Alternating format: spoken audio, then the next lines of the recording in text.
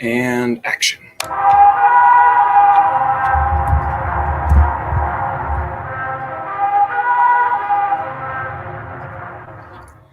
Hello, everybody, and welcome to the 25th installments of Chaos Under Heaven, a show where we talk about politics, economics, theory, philosophy, etc., from a far-left communist perspective. I am your host, fellow traveler, and today we have a variety of subjects to talk about. We are going to be responding live to Ubersoi's comments, his very lengthy, I'd like to say lengthy, well-written comments to the video that I made responding to him, responding to Hakim. And then we're going to be reacting to some pro-imperialist takes by some bread tubers. We're going to be talking about news and current events. And yeah, it should be a good live stream. So with that being said, let us go ahead and get started. Okay. What's up, guys? What's up? Ooh, 13 people in already. Awesome. Wonderful. Terrific. So I'm glad you guys are here. If you enjoy this broadcast and the others like it, please remember to like, comment, subscribe, and share with your neighbors. Everything I will be reacting to today are things that have been sent by you, the community. If you'd like to see me react to a video, current events, or anything else newsworthy live, please send it to my email, xandermyers@gmail.com. I will post this in the chat. And also, you could message me on Discord, alternatively. You don't have to send it to my email. What's up, guys? Cool. So there's a lot of fun stuff that I have to talk about today, and you are going to enjoy this very much. A couple other things, though. Stream VODs. So these raw streams, for now on, I'm going to be taking them down and taking them off YouTube, or at the very least unlisting them. And these unlisted streams, the links of which I'm going to put to a link on my Discord. So if you want to watch the raw, unedited streams, you can find the links of which to my Discord if you are a Patreon supporter. If you are a Patreon supporter, just let one of my mods or myself know when you join the Discord, and we'll give you the role that will give you access to the streams. Otherwise, from now on, I'm going to be taking these streams down, and I'm going to be chopping them up, editing them, and re-uploading them one day at a time, segment by segment, because the YouTube algorithm likes it when you upload very often. So that is what I'm going to be doing from now on. Another announcement, I'm going to be migrating to Streamlabs very soon. There's a lot more you can do in Streamlabs. You can move your camera around. You can do a lot more editing. I just like the format more. That's what a lot of professional streamers use. So here pretty soon, once I've learned how to use it, and once I've, got past the price barrier to utilizing all of the tools and assets of Streamlabs, I'm going to be migrating there from now on.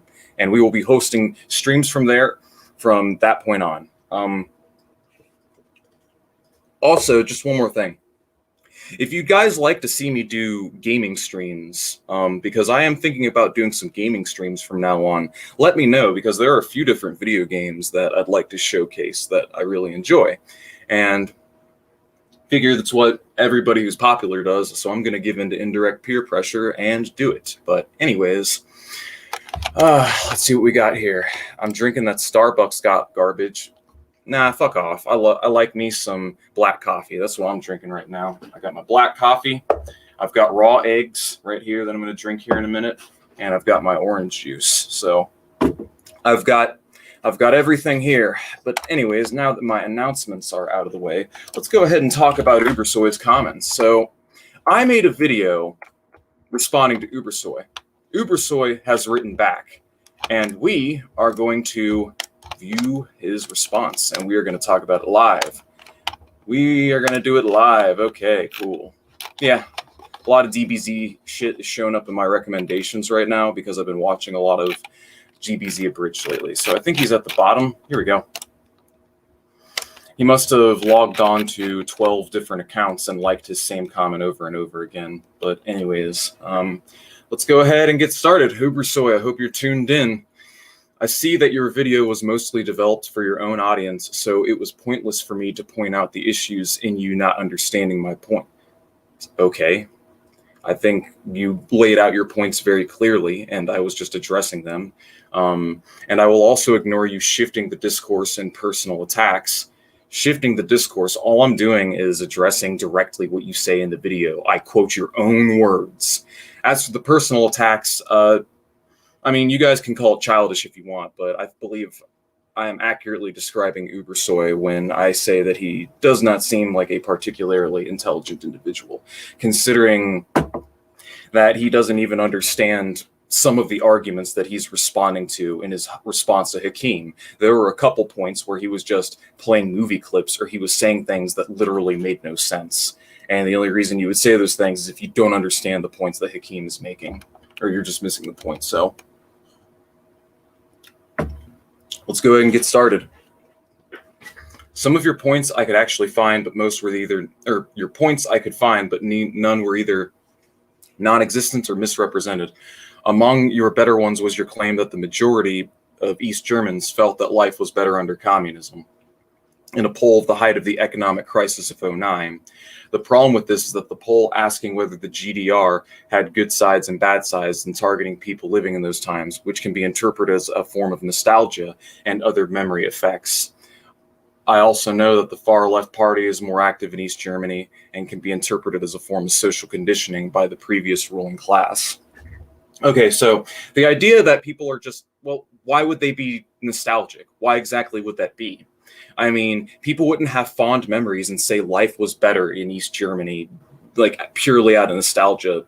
I mean, there are reasons why they're nostalgic, is what I'm trying to say. There's a reason why people have positive things to say about the previous regime that they lived under, don't you think? Like, if they lived through it and they're telling you in their own lived experience that it was actually pretty nice, then, I mean, it doesn't get any better than that with respect to, like, whether or not life was better. Because if they're saying life was better under communism, then, I mean, to say that, oh, well, they're just nostalgic or it was just during the 2009 crisis is just a big cope. Because, I mean, they've taken polls across all of Eastern Europe. And when you poll, like, Russia, or when you poll, like, Eastern Europe in general, there's a video by Benji. Have you ever asked anyone who lived under communism? So, why don't you ask people that lived under communism? Most Russians regret USSR collapse, dream of its return, polls show. Romanians long for the good old days of communism. Majority of Eastern Germans feel better life was under communism. Polls show majority of Hungarians feel like life was better under communism. Serbia poll, life was better under Tito. Poll shows that as many as 81% of Serbians believe they lived best in former Yugoslavia. 81%. There's other polls as well. I'm going to skip around, but this is like a collage of old communists that lived during that time that had positive things to say. Like this really cool old man.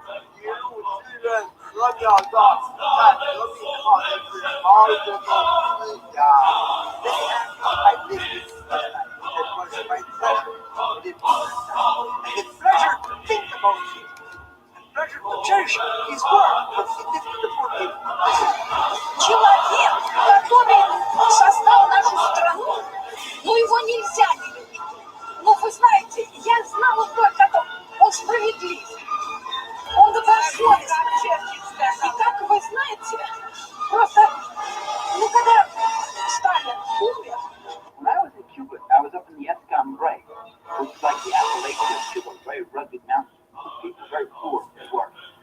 And I said to this campesino, I said, do you like Fidel? He said,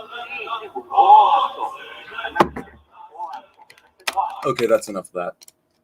So, RT, Telegraph, politics. So, 51% of respondents told researchers that their opinion of the collapse of the USSR could have been avoided, while 33% said they considered it inevitable. So half the population said that it was a preventable collapse. When researchers asked the public if they would like the Soviet Union to be restored, 58% replied in the affirmative, with 14% saying they considered such a project quite realistic at the moment. 44% view the restoration of the USSR as unfeasible, even though preferable. Unfeasible, even though preferable. You know, what's kind of funny is that even in the referendum to preserve the Soviet Union, in each individual republic, when you take the entire USSR population on average, during that referendum, 75% of the people wanted to keep the Union. So, I mean, what that implicates is that they didn't want capitalism. They just wanted better socialism. They wanted a system with reforms that was more responsive to consumer demand, that they wanted luxury goods. They saw that America and Western Europe had they had Walmart, they had the consumer economy. They wanted more light industry because for the longest time, there was too much emphasis on heavy industry. Their system had a lot of problems. You know, you'd be a fool to say that the old socialist system was perfect. It was far from perfect, but at the same time, you would be a fool to say that the answer is restoring an inferior economic system. Moving on. My data for East Germany was gathered here. We can go ahead and look at it if it'll fucking open. Hyperlinks are fucking broken. So he said, you see by an image of the internet from the official pro-socialist propaganda numbers, I'd love to see some evidence that East Germany's GDP per capita being twice than less of Germany right before. Okay, so when I said that the East Germany had a GDP of 2,000 and West Germany had a GDP of 4,000 right before the war or in 1945, well, I was mostly referring to the chart that you yourself linked. And if I dig for it, I believe I can find it somewhere here in the video. Let me look. First off, that's not true at all. If you're going to make the case, I think it's right here.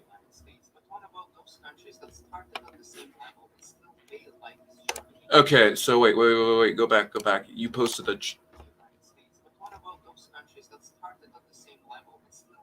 Okay, so when I saw this, I was assuming it was late 1940s, little over 2,000 here, little over 4,000 here. I was using your own chart when I said what I said, but yeah, I mean, if you go back to before the 40s, it is true that East and West Germany, I mean, because they were the same country, average GDP, and maybe not even then, because like most of the industry was on West Germany's side anyways. West Germany is twice the size of East Germany. They didn't take nearly as much of the brunt of the damage during World War II. East Germany was practically flattened, and they also had like a third of their industrial instruments and means of production seized in exchange for paying off the war debt that they owed. So they paid the vast majority of the war debt. West Germany didn't pay any war debt, or they barely paid any war debt. And not only that, but in West Germany during World War II, you had the Allied countries that were actively going out of their way to spare factories, to spare private property, spare property of the Western corporations like Ford, for example, Ford factories and GM and so on, that were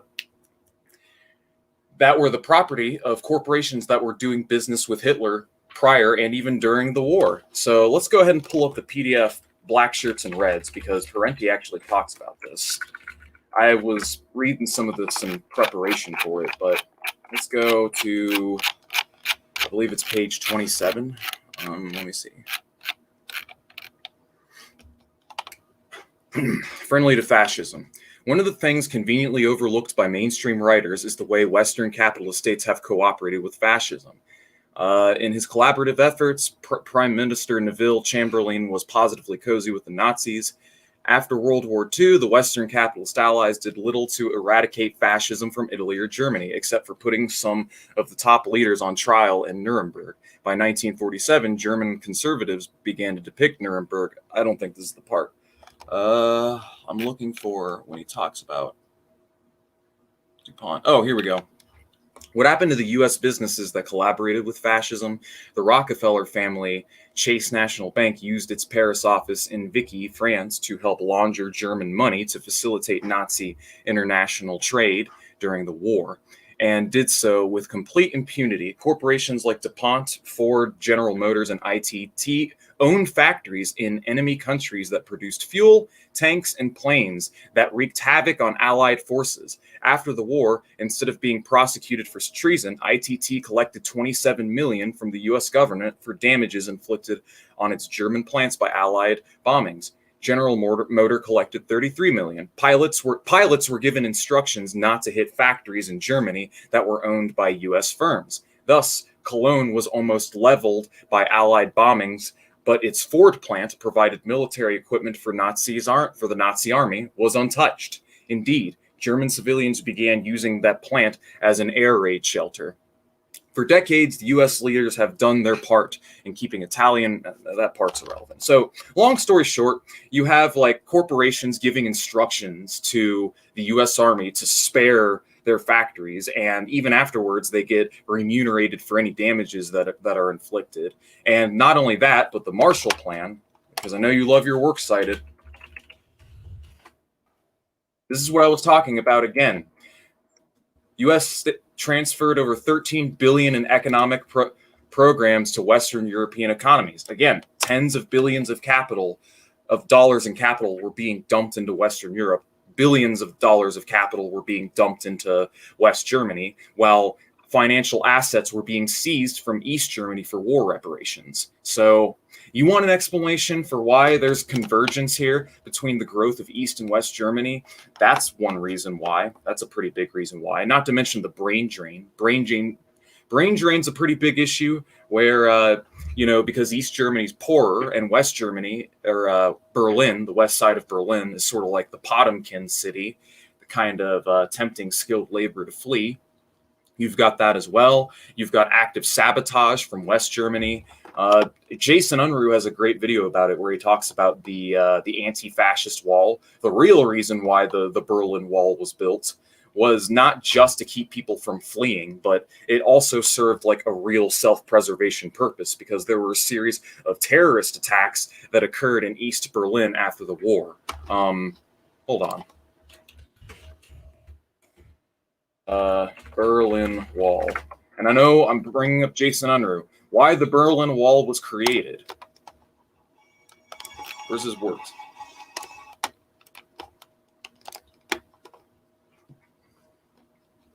Over 50% of West Germany's senior justice ministry officials in the 50s and 70s were ex-Nazis. Of those 90, 34 had been members of the SA, the original paramilitary wing of the SA party. So yeah, no, the Nazis were outright integrated into the West, into the UN. The UN was originally created, like NATO was originally created as it was originally created as an anti-communist org.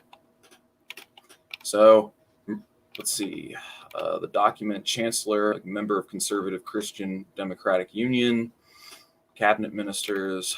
I'm looking for a list of ministers, political stripes, wide range. Conservative Christian, Germany's dark past. Well, what you should know about the wall. Here it is.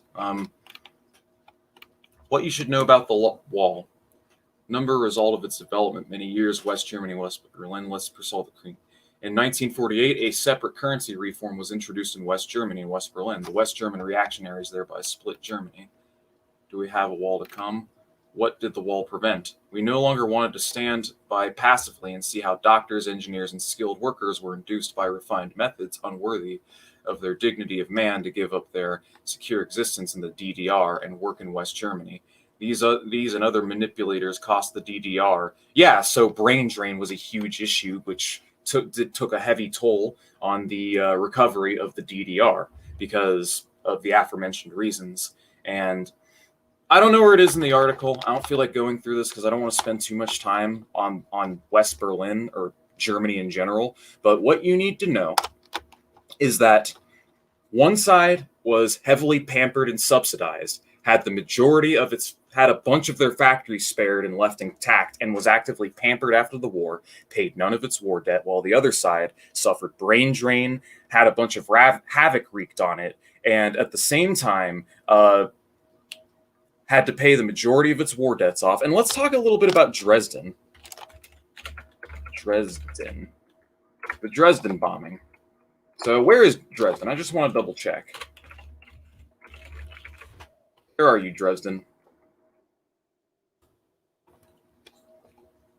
Here we go. So right here, there's Dresden, all the way in East Germany. Dresden was actually a manufacturing hub that had loads of that actually served like a role in industrial output. It was a manufacturing hub, and during the war, though it wasn't a strategic location to bomb, it was the biggest manufacturing hub, one of the biggest on the east side of Germany. And the Dresden bombing was a series of raids conducted by the British and the French as a form of terror bombing to reduce it to rubble. So this is just an example of the destruction that was wrought upon East Germany that they had to recover from. So you had this happening at the same time. You see all these a multitude of influences and factors compounding onto one another are ultimately what led to the lagging behind of East Germany and the flourishing of West Germany. So if you want a more nuanced and abstract reason why it is that, why West Germany was outperforming East Germany with respect to GDP, that's a reason why. Another reason why is also because in the socialist countries, GDP tended to not be as high as their Western counterparts for the simple reason that many of the human services that they enjoyed, like from transportation to healthcare and so on, was heavily subsidized by the government and made cheaper. And by making it cheaper, that means that wages don't need to be high in order to compensate. So that was basically the path that they took, was just to make services cheaper and cheaper and cheaper. And that led to contradictions and problems of their own that I don't feel like getting into right now. But let's go ahead and get to the rest of your comments. So more on the DDR. Your point on why East Germany is still lagging behind. They are now capitalist is addressed in the consequences that socialism had on East Germany's economic conditions. However, if you follow the news, East Germany's catching up with West Germany. I can believe that. I can believe that now because East Germany got integrated into the West, and now that they're under a capitalist system, capitalist systems do have the ability to drive up GDP per capita, or wages of individuals. Wage growth is something that capitalism is very good at, but that's just because the demand for everything being private services. Wages have to be higher to compensate for the increased demand and the increased costs for all of these things. So, I mean, I can believe it. That makes sense. So, yeah, I'm willing to be conciliatory on that point. We don't need to go through the articles. Moving on. You rely on repeating the talking points of popular among the Marxist-Stalinist discourse, yet I don't see you actually address my main points, such as the objective living conditions and economic developments. The most ridiculous attempts to address these was citing Stalin's constitution to prove USSR. I was citing Stalin's constitution to prove to you that they had the right to own property, vote, and of assembly. Here, let's go through Soviet Constitution 1936. It's on Marxist Internet Archives. Let's see. Let's go briefly through these articles, all right? Soviet Union is a socialist state. Deputies, the Socialist People's Deputies, which grew and attained strength as a result of the overthrow of the landlords. USSR and all belongings of the people. The USSR, all power belongs to the working people of towns and country as represented by the Soviet Working People's Deputies. The socialist system and economy and socialist ownership of the means and instruments of production firmly established as a result of the abolition of the capitalist system of the economy. The abrogative of private ownership of the means of instrumentation and production, and the abolition of the exploitation of man by man. Socialist property in the USSR exists either in the form of state property or in the form of cooperative and collective farm property. So there you go. People had property rights, and not just within the collective farms either, but also within personal private plots. Like, people had private plots and farms in the Soviet Union as well. Like, it wasn't all just 100% collectivized, just a heads up. The land, its natural resources, water, forests, and state organized agricultural enterprises, as well as municipal enterprises, and the bulk of the dwelling houses in the cities are state property that is belonging to the whole people. So basically, it's a socialist economy. It's collective property instead of private property. I would wager, and I would pose a case that, and under such a system, I would say this is actually the more free system, because instead of all of the means of production and the land being the property of a handful of greedy billionaire oligarchs, it's everyone's property. Everyone shares the fruits and benefits of it. But anyways, let's see. The principle applied to the USSR is that of socialism, from each according to his ability to each according to his work. So the whole point of this, and if you guys want me to link the Constitution, I will link the Constitution right here. Let's go ahead and link this right here. So there you go. There's the Stalin Constitution. If you want to go through its amendments, I mean, the Constitution has been amended multiple times, but the whole point of this is that people did have property rights. They did have the right to vote, and the totalitarian model of governance has been thoroughly discredited by a litany of historical research. But anyways, what I want to do is take you by the hand and guide you through the sea of your own bullshit. Let's go ahead and open this documents, because I have something in here that I want to show you. Actually, not even this. Let's talk about, because you mentioned the quality of life. You're very big on the quality of life. Let's see here. Point is, you have criticized me, not here, which goes without a comment. It puzzles me why you find this appropriate when combating my argument. My primary argument was regards to material conditions and well-being. Okay, so let's go through the actual study. Let me see if I have it.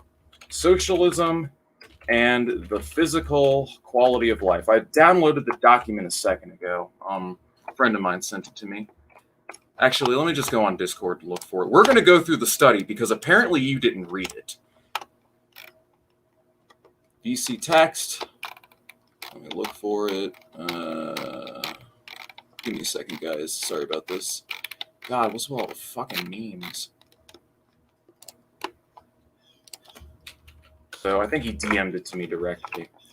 No, he didn't. Maybe it's in literature. Nev. Silencing, past power. Well, I'm sure I can find a PDF of it.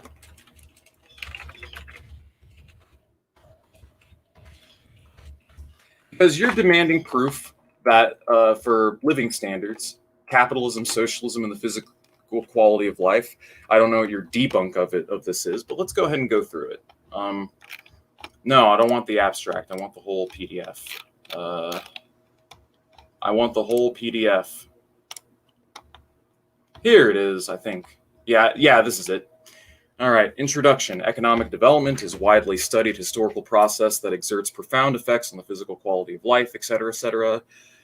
The effect of different political economic systems, specifically socialism versus capitalism, has received much less attention. Whether a country adopts one system or another exerts a profound influence on social policy in general and on the developmental strategies in particular. Despite importance of the issue, there's very little published research on this that addresses the relationship of PQL and political economic system at a different level of economic development. Large cross-national studies, such as those conducted by the WHO, have assessed the relationship of economic development to PQL without taking political economic system into account. In the analysis that follows, we have compared PQL in capitalist and socialist countries grouped by the level of economic development. Methods. Our major statistical source for this research was the World Development Report from the World Bank. Although the World Bank's raw data provided a rich source for secondary data analysis, to our knowledge, these data have not been used previously in published reports to compare the capitalist and socialist countries systematically. There are several advantages in using the data from the World Bank.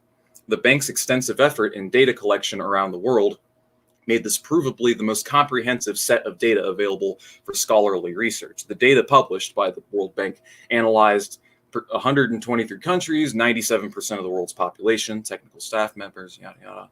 Procedures used in these adjustments are included with published data. The World Bank statistical reporting tends to be conservative in the sense that overly enthusiastic statistics reported from specific countries are appraised and adjusted to obtain more accurate figures. More importantly, the data are readily available for inspection and reanalysis by the scholars. For a small number of countries, the World Bank's data on some of the other variables studied were incomplete. In this instances, we use data from the two reports, State of the World's Children, World Military, Appendix A, Specifics, Independent Variables. All right, let's go here. Independent variables. Two independent variables were examined: level of economic development and political economic system. The measure of level of economic development was the gross national product per capita. We also explored the use of several additional measures of economic development: average annual growth rate of GNP, energy consumption per capita, percentage of the population in urban areas, percentage of the labor force in agriculture, the additional measure of economic development, and the additional measures, yada yada. The designation of each country political economic system as capitalist or socialist corresponded to the United Nations classification of countries as market economies or as centrally planned economies. The World Bank has had used a somewhat similar classification scheme in reporting the data in the world tables, which contrast the Eastern European non-market economies to market economies. It should be noted that some of the capitalist countries have maintained a public sector that is centrally planned, although the private ownership and accumulation of capital have predominated. Likewise, certain socialist countries have permitted limited market-oriented economic activities within an overall centrally planned economy. All right. Therefore, we have a few countries that generally incorporate sustained market principles. Those countries mainly considered representative mixed economies in Western Europe, Scandinavia. So a third category of political was added to this classification. So they're straight up saying in the study that they're comparing countries of similar economic parity, like GNP per capita.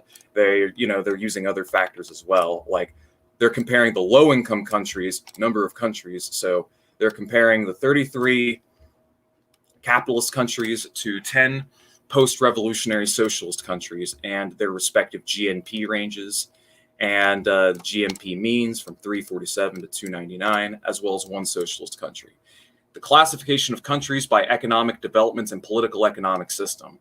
And then the upper mid-income, 20 capitalist countries, 8 socialist countries, high-income, capitalist, high-income, and oil-exporting capitalists. So what we have here is upper mid-income, lower mid-income, and then lower-income countries. So you see, Ubersoi, your original claim was that they were just taking the worst countries and comparing them to they were just taking the best socialist countries and comparing them to the worst capitalist countries. They're actually going out of their way to show you that this is not what they're doing in the study right here. Like right here, they're comparing countries of similar economic parity, like high-income socialist countries to higher-income capitalist countries. There were no countries in the high-income capitalist category. So I don't know if you just didn't read the study or you were just talking out your ass, but they clearly are not doing what you accuse them of doing in the study. And once again, we can read from the abstract here.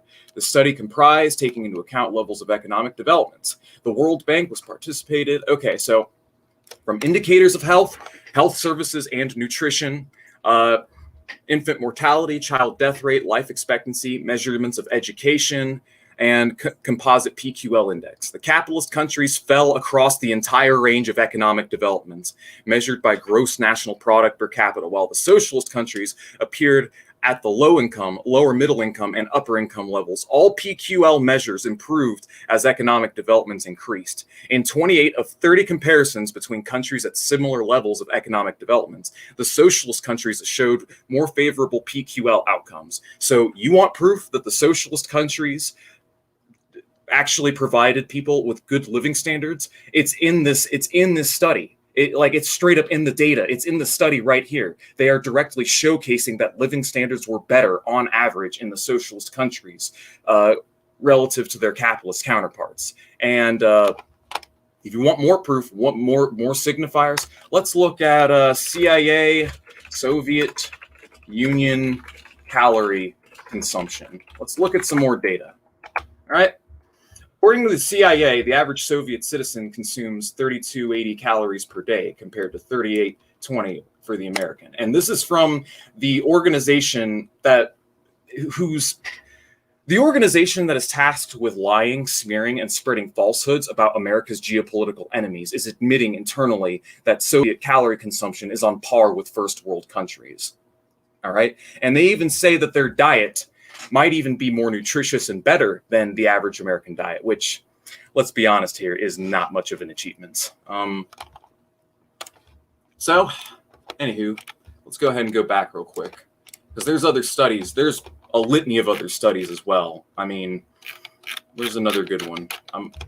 This is the abstract, not in the journal. Where is PubMed? Here's PubMed. There's another study, an analysis of health indicators under socialism. We're just going to go through the abstract. Capitalism has not won. Is the spirit of capitalism undermining the ethics of health service research? Ethics, nursing, and healthcare in the age of reform. Public sector administration of ecological economic systems using mediated modeling. Myth and realities. Latin America's free markets. They don't even post the abstract, so not much point. But I dug up a study a while ago that showcased that the Soviet Union, despite spending what 1/8 what America spends on its healthcare, despite spending a tiny fraction of what the Western countries spend on their healthcares, had an average of way more physicians per capita. They had significantly more hospital beds per 1,000 people. They had wider and broader access to healthcare services, and on average, and so on. They had midwives. So until Cuba came along, the Soviet Union actually had the lowest doctor-to-patient ratio in the world. So your original argument, once again, was that you want to see objective metrics by measuring of living standards. We give you the objective measurements that showcase this, and you reject it by saying it's biased. I then prove that it's not biased. And what is your rebuttal?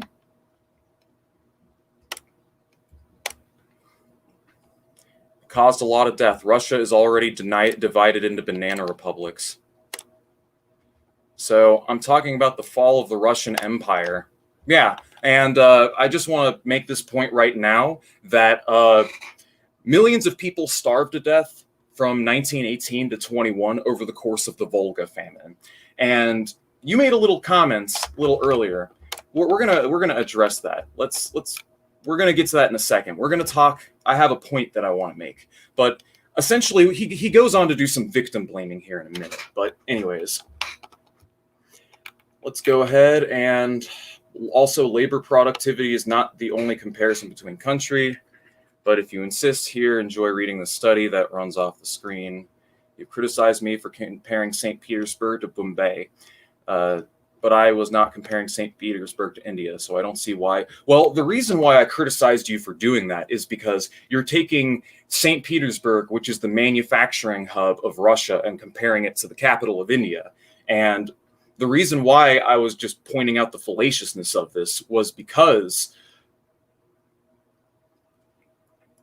they don't encompass the entire population. At the time, Petersburg and Bombay were only a small percentage of both respective populations. By the mid-1910s, the 1910s, I mean, not the Soviet Union, but the Russian Empire was like 75% peasantry. And there's a great book that I'm going to open up here in a minute that talks all about it. So that was my original point, that you should look at the broad general living standards of the population rather than just truncating and isolating it to two examples between just two cities. Otherwise, let's see what we got else. And summary of the commentary of the study. Yeah, no, I actually have gone through this study before. I was actually reading this the other day, and this can even vindicate a point that I'm about to make. So let me go ahead and copy and paste this. I'm going to have this open here, and we're going to read some of that. And I'm going to open farm to factory, because this is where I was getting my data on the Russian peasantry. In my document, let's see, which pages am I referencing? Page 23, 24. We will scroll down to that. Going down to page 23, 24.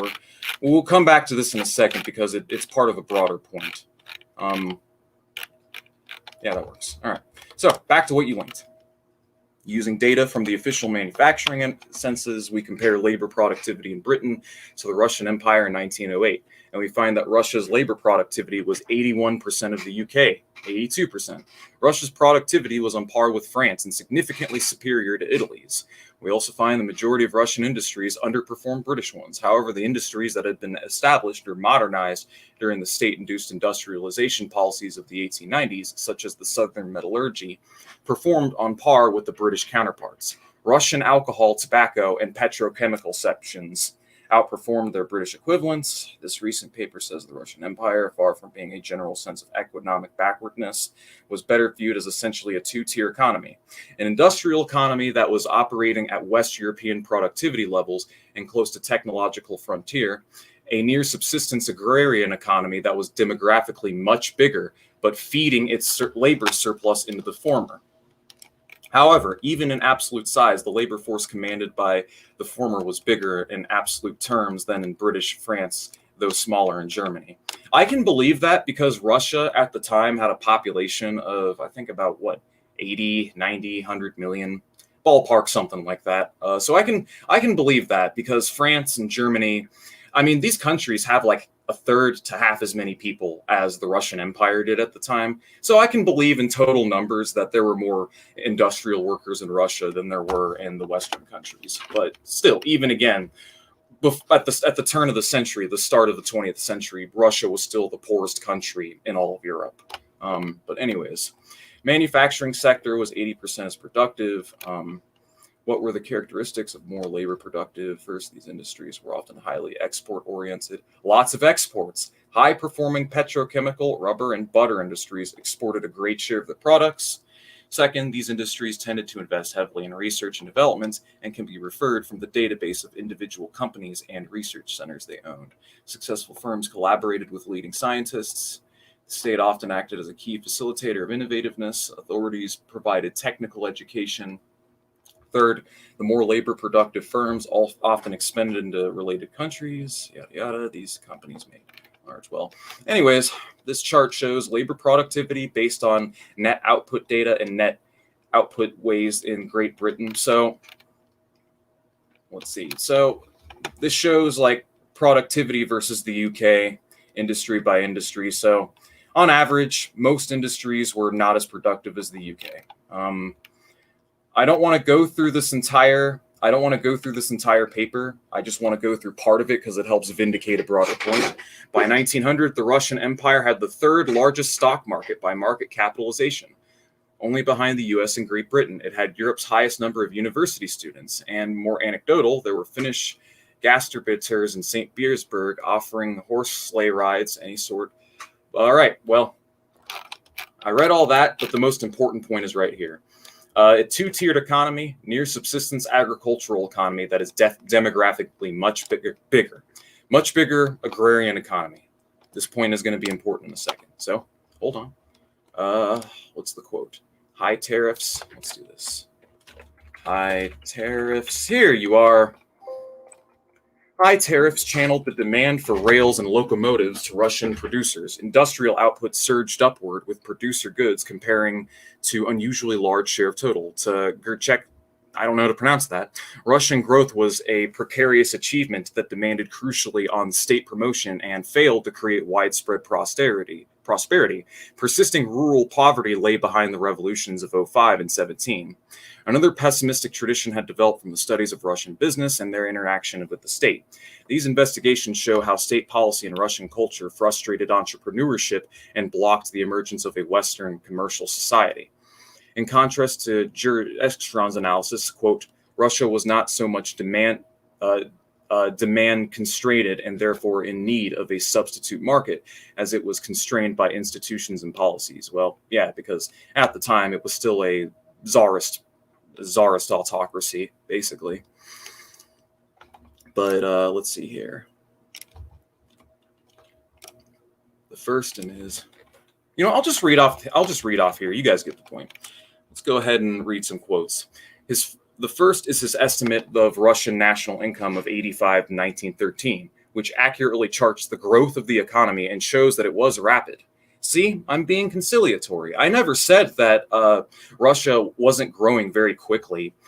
during the late 1800s into the early 1900s. That was not my original point. My original point was that it was actually primarily fueled, or what had a very big part to play in that was not the fact that they were rapidly industrializing so much as the agricultural boom that they were experiencing at this time. Harvests were doing very well. So let's go ahead and get into that. The second is his finding that agricultural productivity was rising, and that indeed the increase in agricultural output made a major contribution to the rise in GDP. The case for the success of the Russian economy became much weaker when structural change is analyzed. About 3/4 of the population were peasant farmers in 1913, scarcely down from the 1861 level. Conversely, the population of Russians living in towns of 5,000 or more increased from about 6% to 1800 to about 17% in 1850. And reached only 14% in 1913. The population statistics show little evidence of structural transformation. It is the same story when GDP is broken down by sector of origin. Agriculture accounted for 59% of the economy in 85, and its share only slid to 51% in 1915. At the same time, the industrial share rose from 6.6% to 14.9%, thus taking up the slack and marching the growth in the urban population. Russia was developing a modern economy, but its pace was glacial. So, I brought that up, and I brought this up, and I'm still going to leave this up because I'm bringing this up to vindicate my point. If you'd like, you can provide counter sources, but you're going to have a hard time finding proof that the main contributor to the Russian economy under the Tsars wasn't the fact that their population was like 75% peasants and they were experiencing an agrarian boom, and that agrarian boom contributed more to their economic prosperity than did their flourishing industry. I'm not saying their industry didn't have a role to play, but my original point was that agriculture still had a much bigger role to play in that. But anyways. Now, of course, we don't see Russia as a country which respects the rule of law and a country worthy of financial investments. But it is the same case. It is this case thanks to socialism. Again, this is victim blaming. It's like someone is fighting to make, someone's fighting to defend themselves or make a world better for themselves in a world full of people that don't want that to happen. It doesn't. The reason why Russia broke out into civil war and was invaded by 14 countries and embargoed from 1918 to 21 was because they did not want the Red Army taking control of the whole country.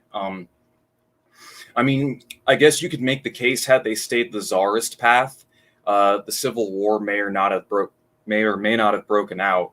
But the thing is that monarchy was on its way out the door. Like, countries all across Europe and the world were going away from monarchy. So if Russia didn't become the Soviet Union, they probably still would have had a civil war, and they probably would have ended up as a social democracy, or they would have ended up carved up and turned into colonies by the Western colonial bloc, because the White Army didn't really stand or represent anything. It was really just a bunch of different reactionary forces cobbled together against the new Soviet governments. So, next, your entire argument about Mao improving the economy is built on official estimates of the CCP. Okay, so the CCP is, what were you trying to argue? That they're lying about their estimates? Not to mention, come at the cost of around 45 million people by the most common estimates. The Great Leap Forward is considered to be a disaster policy among Chinese. All right, so let's briefly talk about the Great Leap Forward, all right? Most death tolls that are given for the Great Leap Forward are largely bullshit. They usually count infant mortality, or they'll extrapolate super high death tolls from infant mortality.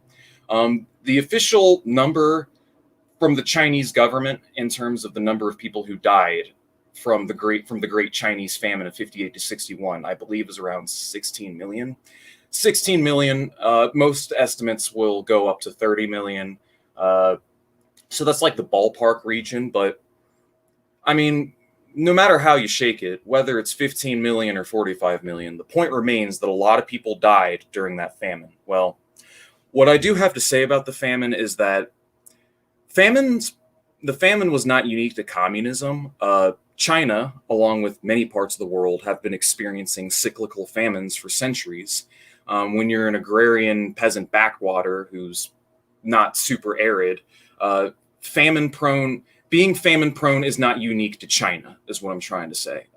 Famines have been occurring not only in China, but around the world for centuries. They've occurred in Europe. The reason why we don't get famines in the advanced countries anymore is because of advanced agricultural production schemes, more specifically, unsustainable agriculture, industrial agriculture, using combines and monocropping and so on. So the point that I was trying to outline here is that they had a famine, and then they never had another famine again. And then calorie consumption's been on the rise ever since. And the fastest life expectancy, this doesn't change the fact that the fastest improvement in life expectancy happened under the watch of Mao. And another point you were making was that the Chinese government doesn't attribute Mao to their economic success. Mao literally paved the way for Deng and all of the policies to come. If China did not have the communist revolution, like if the communists never seized power in China, it would not currently be on the path to becoming the world's #1 superpower. But on your point here, I find it funny how you claim that I conceded China is doing well. My whole point is that it was a result of the capitalist mode of production. And you know what? You're right. They are a capitalist country. I acknowledge this. They're heavily regulated state capitalism, and whether or not they plan on building socialism is a different conversation. I never said that you said that you didn't say that they were capitalist. My whole point was that really it was thanks to the communists and their efforts that China was set on the path that it is now. If it were still governed by the Kuomintang, I highly doubt it would have happened, and that China would be doing as well. So anyways, the whole point is don't rule out or don't underestimate the critical role that Mao's government had to play in setting up China for success in its early years. So that's all I have to say on that. The point of the video, from where you relied mostly heavily, is the unequal starting point narrative. And as I have already showed by the example of Russia and East Germany, there's nothing other to say. Well, I've already proven to you that that's bullshit. Russia was the poorest country in Europe at the start of the century. And I'm not even going to get into East and West Germany comparison again. My point is it's not as simple as economic systems. We have to look at material conditions. We have to look at the conditions surrounding the country and consider factors from all angles. It's not as simple as, oh, this country is socialist, this country is capitalist, therefore it's the economic system that's the thank for that, or that and so on. I can blame capitalists for a variety of things because you can directly link to majority of the suffering going on in the world to the profit motive.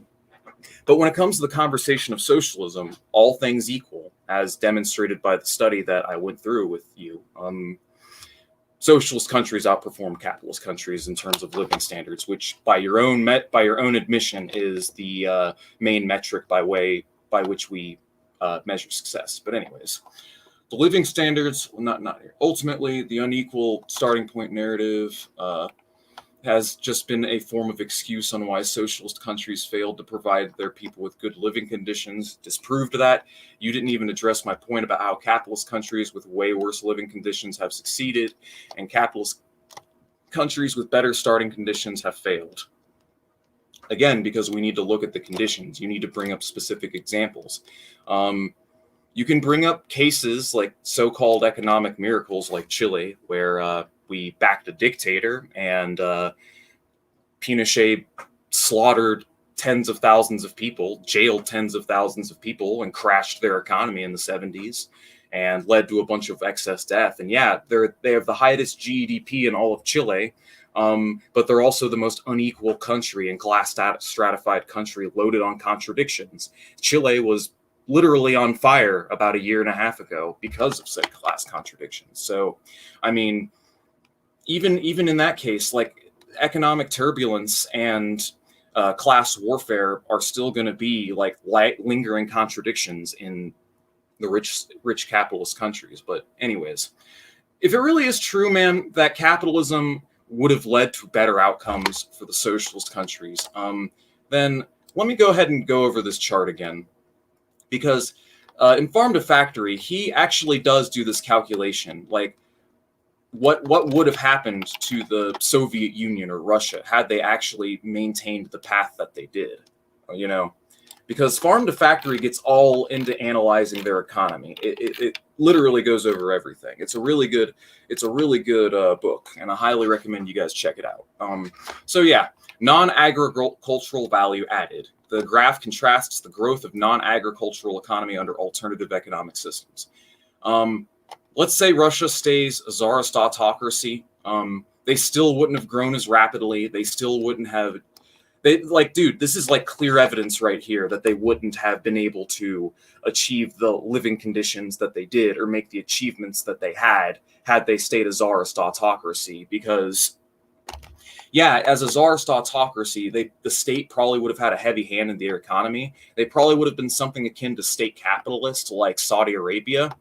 But I mean, as I've stated, if you look at this, like, laissez-faire economy, state capitalist economy, socialist planned economy, and yeah, more value was added over time in the socialist economy on average. Now, I am going to be conciliatory, and let's talk about collectivized. All right, see this?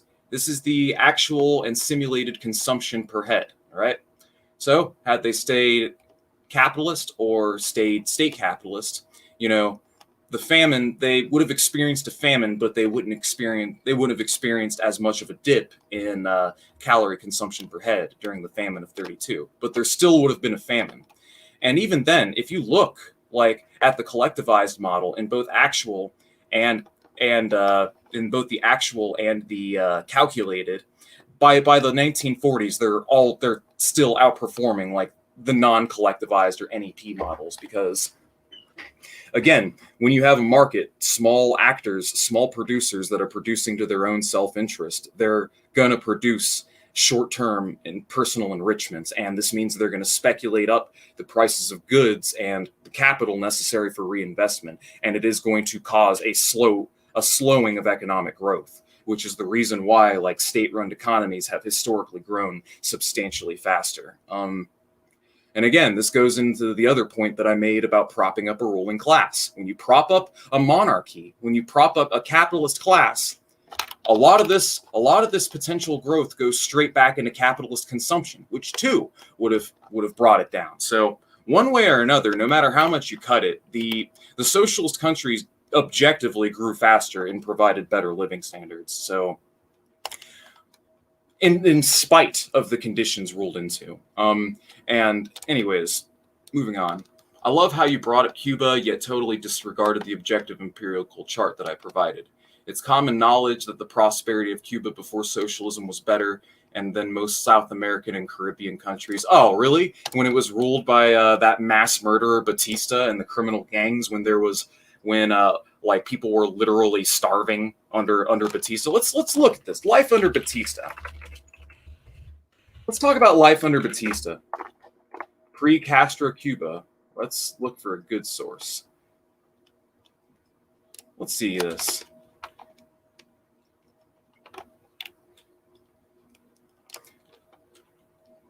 Cuba was the third developed nation of America before Fidel Castro. Many indicators, it even beat European nations and part of southern US. It beat all Latin American nations.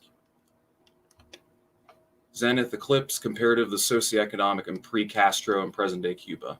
Castro's immersion ruling group made the extremely significant observations that it is certain that capitalism has attained high levels of organization, efficiency, and production. Cuban Revolution was born in a silver spoon in its mouth. In reality, Cuba was not one of the countries with the lowest living standards of the masses of America, had high standard of living, and was here in first great democratic social revolution and continent bursts forth. It's the first historical development has been dictated by the false axiom. Okay, what's your source? Okay, Anarchist Archives by Sam Dolgoff. Cuba was the largest Caribbean island. Okay, with an annual birth rate. All right, so this is their source. And this is the increase. So I mean, even then, like, under Batista, Cuba was poor, illiterate, and without health or an education system. Mortality rates was high, and life expectancy was very low. Nowadays, Cuba. So this is what one person says. Another person. Where's the other answer? Someone else was here.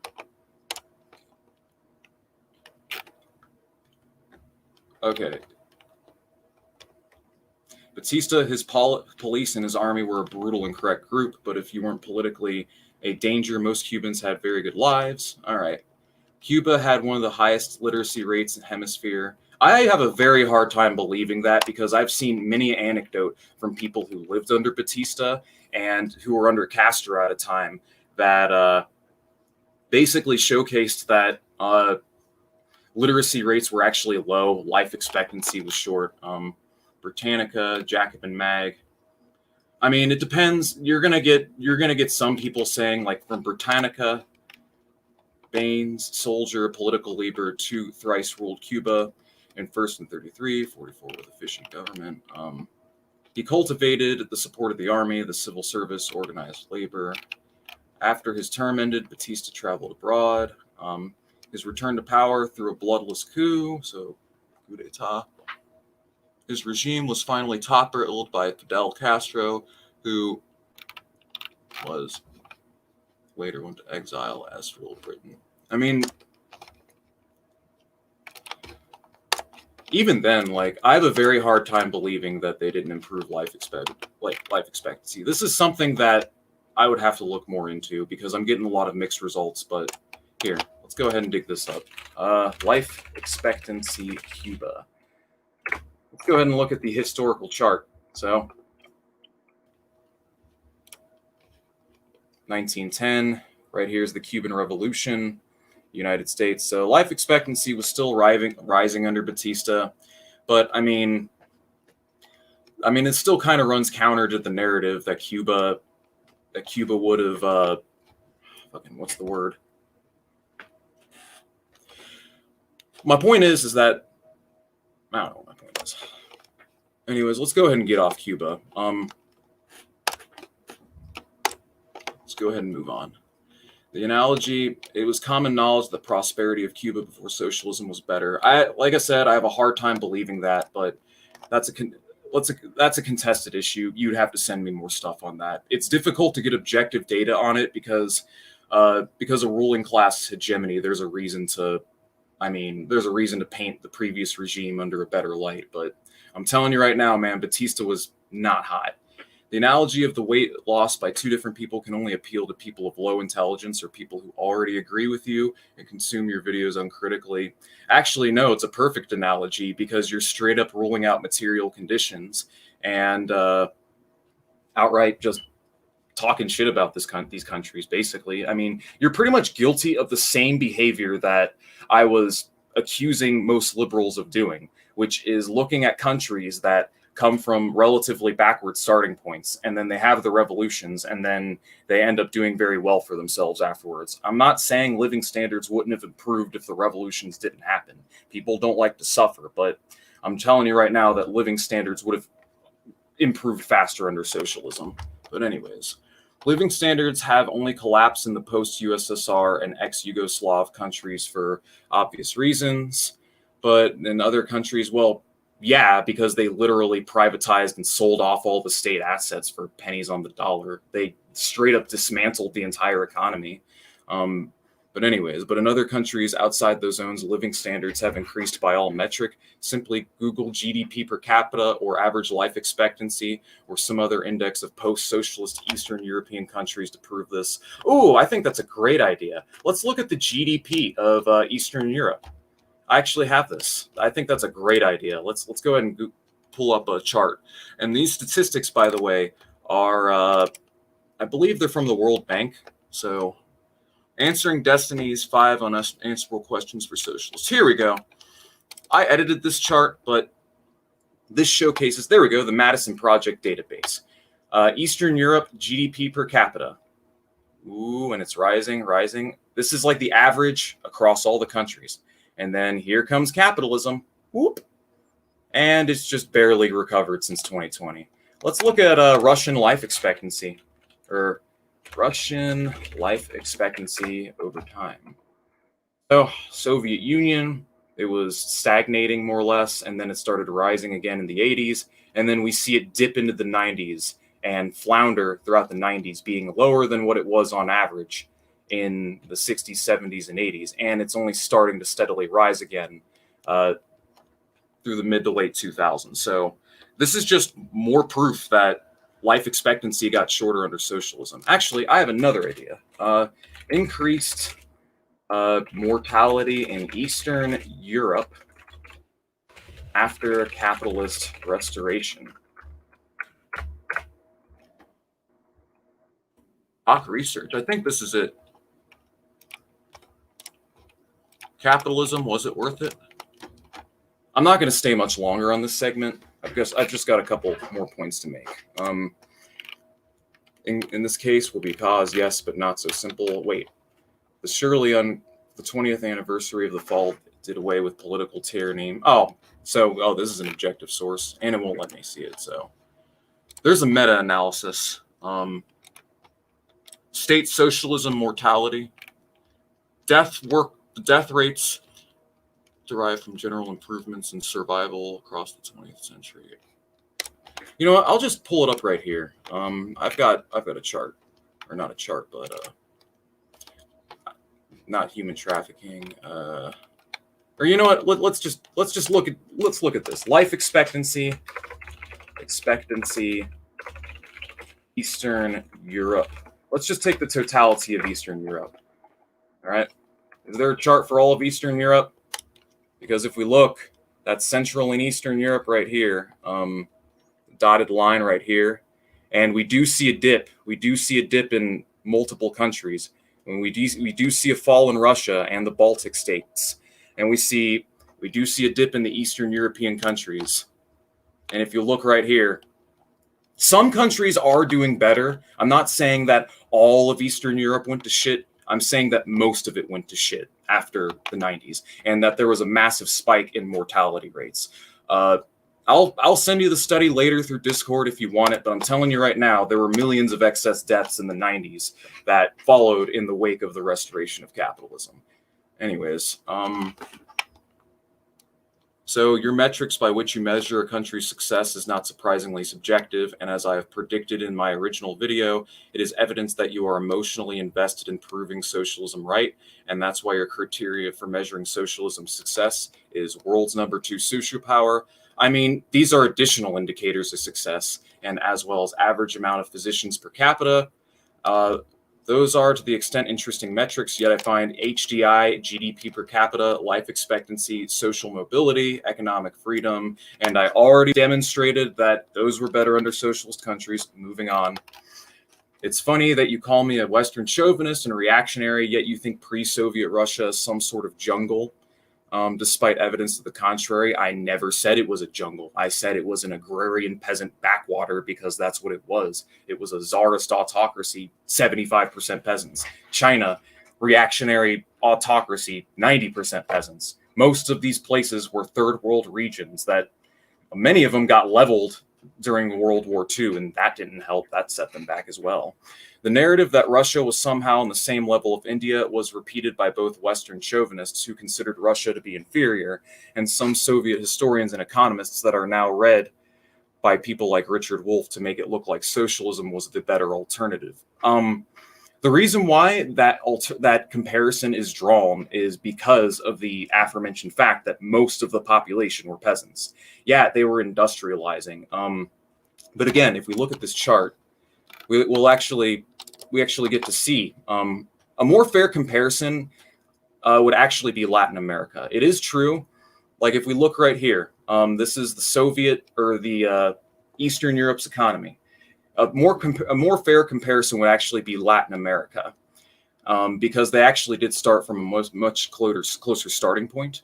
But even then, with Latin America, West Asia, looking at these other countries, you're seeing it outperform like the other second world capitalist countries as well. So, I mean, even then, like their performance isn't bad. This isn't bad. Being second in GDP per capita to the Western European countries is not bad. you know. And the fact that this happens right here does not bode well for your side of the arguments. This right here does not help your case at all. But anyways, Western chauvinists. The narrative was Western chauvinists, Richard Wolff, to make it look like socialism was better. Funnily, the ultimate reactionary is the person who wants to bring the old and fear of the new. Actually, socialism would be the new economic system. Read Marx, study Marx, and actually study capitalist political economy, and you'll find that, like, as capitalism goes on, the more developed it becomes, the more viable socialism as an alternative becomes. It's just, like, the revolutions didn't happen in the ideal countries for them to happen. They happened in the periphery rather than in the advanced countries like Marx originally predicted. I don't really understand what this point he's making. Apparently I'm a chauvinist for comparing Russian peasants to Indian peasants. I don't really get the argument here. I know that you like to say socialism will replace capitalism and is actual progress, yet it is not the sentiment of people who are in post-socialist countries. Again, most people that are from those countries, when polled, say life was better under socialism. But let me guess, you're just going to cope, right? I mean, you're just going to cope and say, oh, well, they don't know what's good for them, right? I actually wanted to make a response video, but I didn't feel like there's much to respond to in the format, so my comment here is enough. I don't feel destroyed or experiencing any other negative emotions that your audience I hinted to.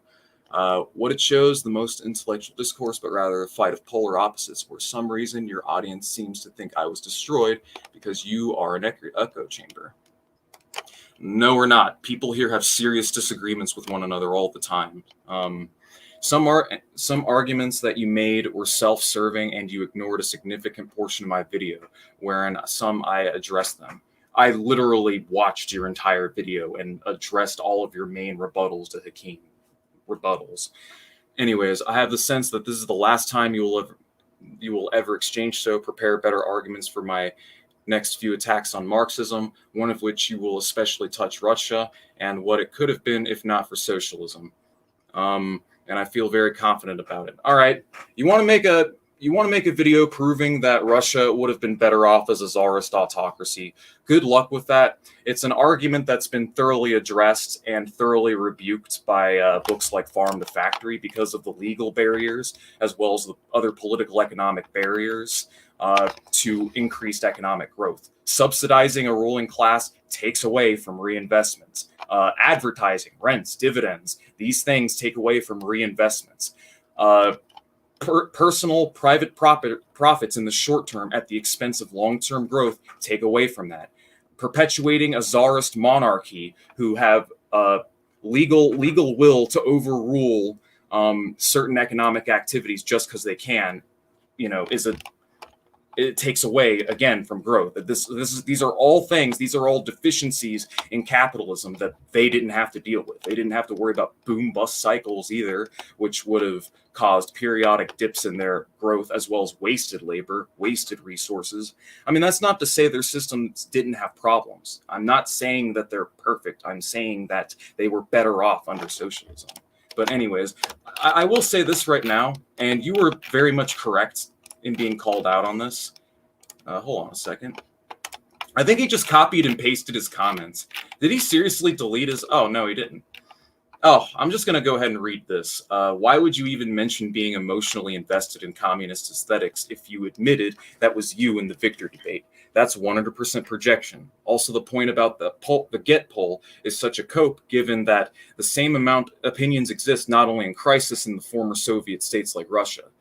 Lastly, you cite a Washington think tank that tanks in about 30 minutes annually. But yeah, no, it is very funny. I do find it very hypocritical that he's going to sit here and accuse me of being emotionally invested and arguing from a point of emotion when that's literally all he did during his debate with Victor Magariño.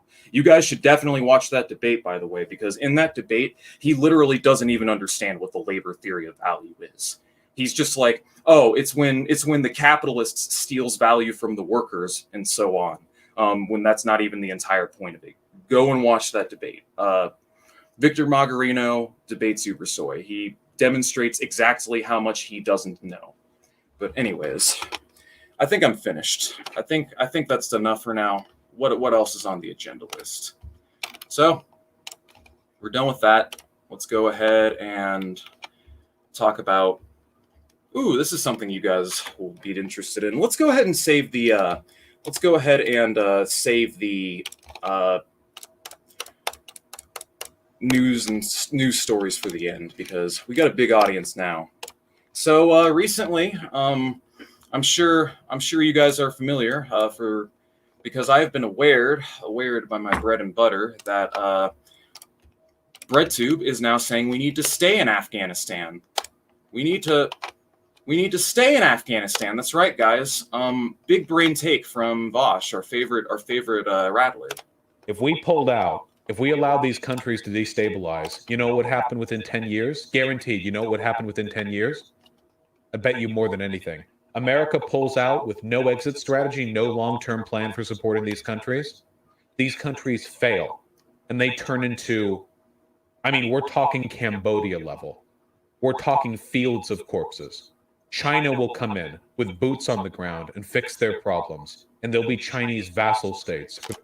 Yeah, Chinese vassal states instead of American vassal states. I find it very funny. You know, people talk about a lot of left libs, so-called leftists, are talking about the dangers of pulling out of Afghanistan. Vaush and Xander Hall made a video about a month ago saying that we need to stay because of women's rights and because the Taliban are going to take over and reduce social rights, and they're basically going to be a dictatorship, like a reactionary government. I don't doubt these things are true, but this is going to happen whether or not, like, no matter what, it's going to happen. It's inevitable. This would have happened 15 years ago if we left 15 years ago. This would have happened 10 years ago if we left 10 years ago. Like, it's only a matter of time. And like the fact that the Taliban actually controls more territory, that's a fun study. Did you guys know that? Taliban controls more territory.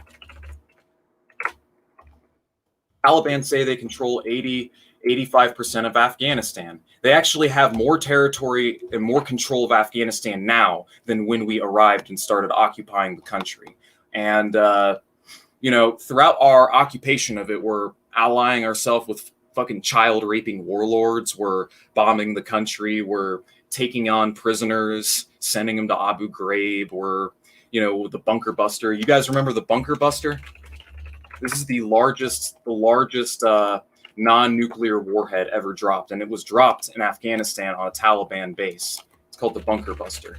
We did this, and we killed, I believe, 18 of their guerrillas. And the bunker buster was not an act of strength. This was an act of desperation because nobody wants us there. It's clear that we're cynically there for resource grabs and our own imperialist reasons. Like, fucking hell, dude. When the Taliban took over, they cut down on opiate and poppy growth and production and exports in Afghanistan. And the second the Taliban came along, they did that in the 90s. I mean, to really get into the story of Afghanistan and how fucked the situation is, you would actually have to go back to the 70s. But let's go ahead and do that. Story time, guys. Story time. You guys ready to learn a little history? Let's learn a little history. All right.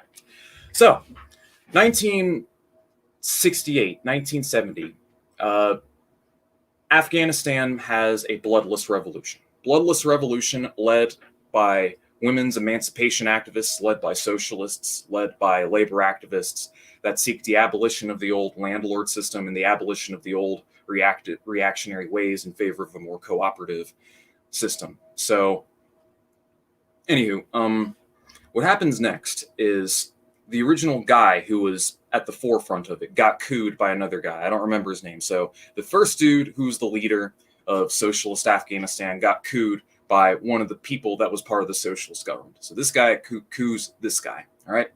So new guy's in charge.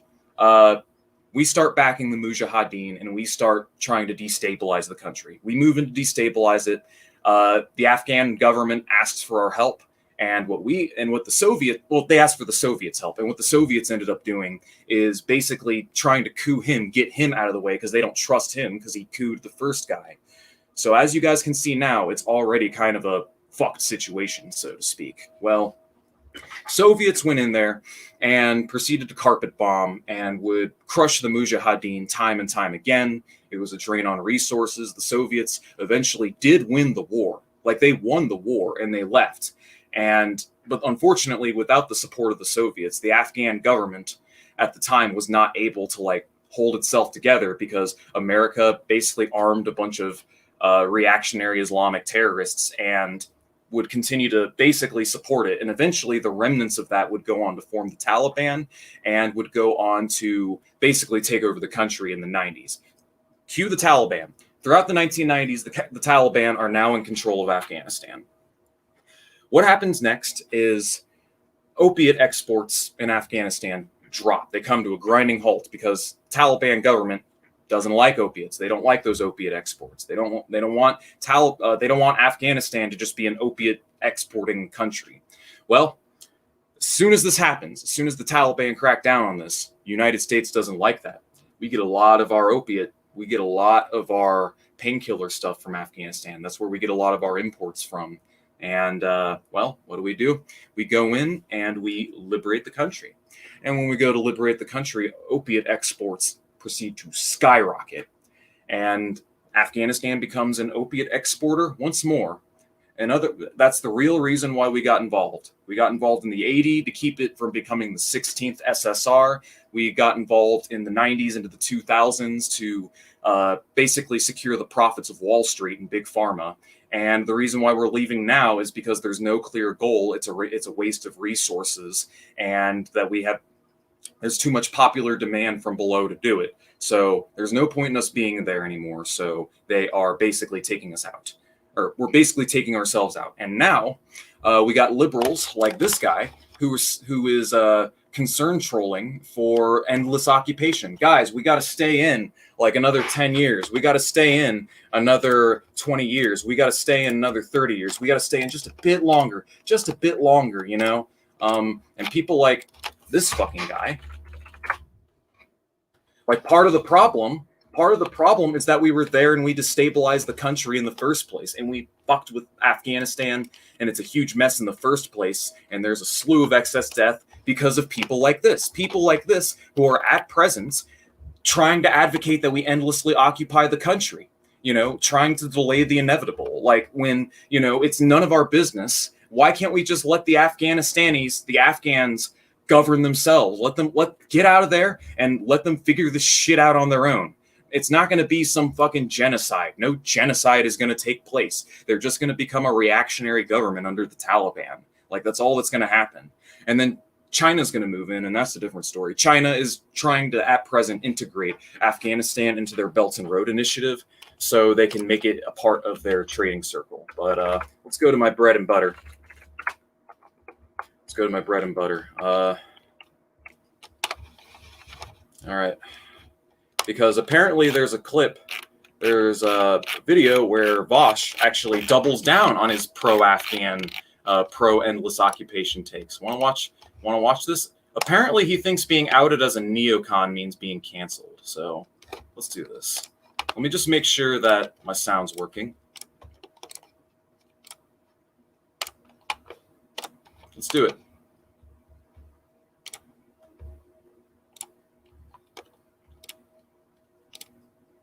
Damn, that's a long wait time.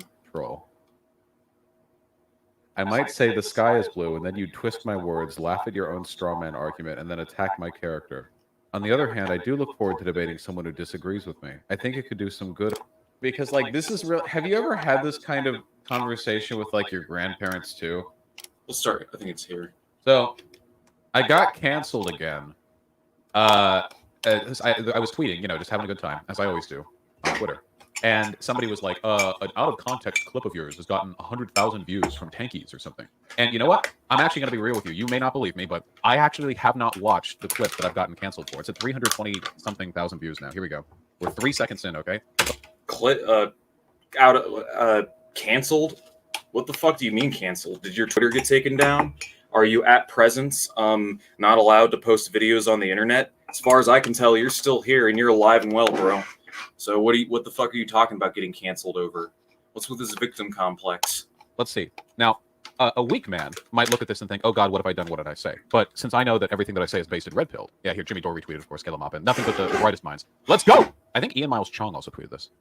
If we pulled out, if we allow these countries to destabilize, you know what happened within 10 years? Guaranteed. You know what happened within 10 years? I bet you more than anything. America pulls out with no exit strategy, no long-term plan for supporting these countries. These countries fail, and they turn into, I mean, we're talking Cambodia level. We're talking fields of corpses. China will come in with boots on the ground and fix their problems, and they'll be something China has never done, by the way. They've never directly brought militant occupancy, or they've never directly invaded a country, boots on the ground, military style. They haven't pulled a Vietnam like the United States has. Chinese vassal states for the next century. If we pull, Wait, that's canceled for being based and correct pilled once again. Honestly, completely 100% true. The funny thing is, I see. Look, I think this is a fan of mine. He's not arguing for. Wait, is this Nathan Robinson? Oh no, Nathan Robinson disagrees with us. Uh-oh. That's right. It's always out of context, guys. It's always out of context. Oh no. It's always out of context. Not Nathan Robinson. This person says he's not arguing for the U.S. to remain in other countries. He's arguing against pulling out without an exit strategy, like he mentioned in the clip. I understand the U.S. is imperialistic. We can't just leave without some plans to be realistic. And then Nathan Robinson says, exit strategy is a piece of empty rhetoric deployed to justify endless occupation. The reason you know is that there's never any feasible strategy actually proposed. Empty words that help you sound smart and pragmatic without having a realistic alternative except endless war. Oh no. That's a really stupid talking point. Uh-oh. That's unfortunate. So the funny thing is that this video propped up like the same day that the Taliban made huge surges after Biden started to pull out U.S. troops in Afghanistan. Yeah, like that was going to happen no matter what. I mean, one way or another, the Taliban was going to make surges, and they were already advancing and taking over the country anyways. So, you know, our occupancy, again, just let them figure out their own shit. It's none of our business. Why do Americans in America feel the need to constantly like occupy every country endlessly? And then like his fucking thirsty simps, but Vaush, you don't understand. War bad, you know? And there is an exit strategy in place. Biden is basically privatizing the occupation. He's leaving it up to private military contractors now. So America's still in Afghanistan, but not the U.S. military. Instead, it's going to be private contractors from now on. And I think that's the direction the U.S. military is heading, is just more and more towards the privatization of the army and just having mercenary death squads work, you know. This happened like at the same time that the universe was proving me correct, you know? Jen Perelman? Hold on. I think that we're going to have to burn some bridges here. I disagree with Vaush and military occupation in the Middle East. These countries became destabilized due to our presence there in the first place. When did I say otherwise? Well, wait, first of all, I'm pro the United States pulling out of Afghanistan. I don't think I actually said otherwise explicitly in that clip. I just said that bad things would happen if we did. See, the problem is there are a lot of people on the left, I guess Kyle Klinsky fits in on this too, whose understanding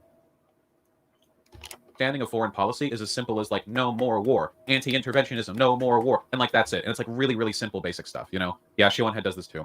The reality is that the real terror of foreign occupation is destabilization in the long run, you know? So you have your boots on the ground, and the U.S. comes in and they commit horrible atrocities. They kill a bunch of people, and sanctions and starvation and death and what have you. But the long-standing destruction of infrastructure and of the civil society that we invaded ensures that unless there's some remnant of a legitimate government after we leave, things are just going to like fall apart. It's going to become a failed state after our I mean, Afghanistan's more or less been a failed state since we've got involved. It's been a country that's been carved up and divided between various tribes and factions.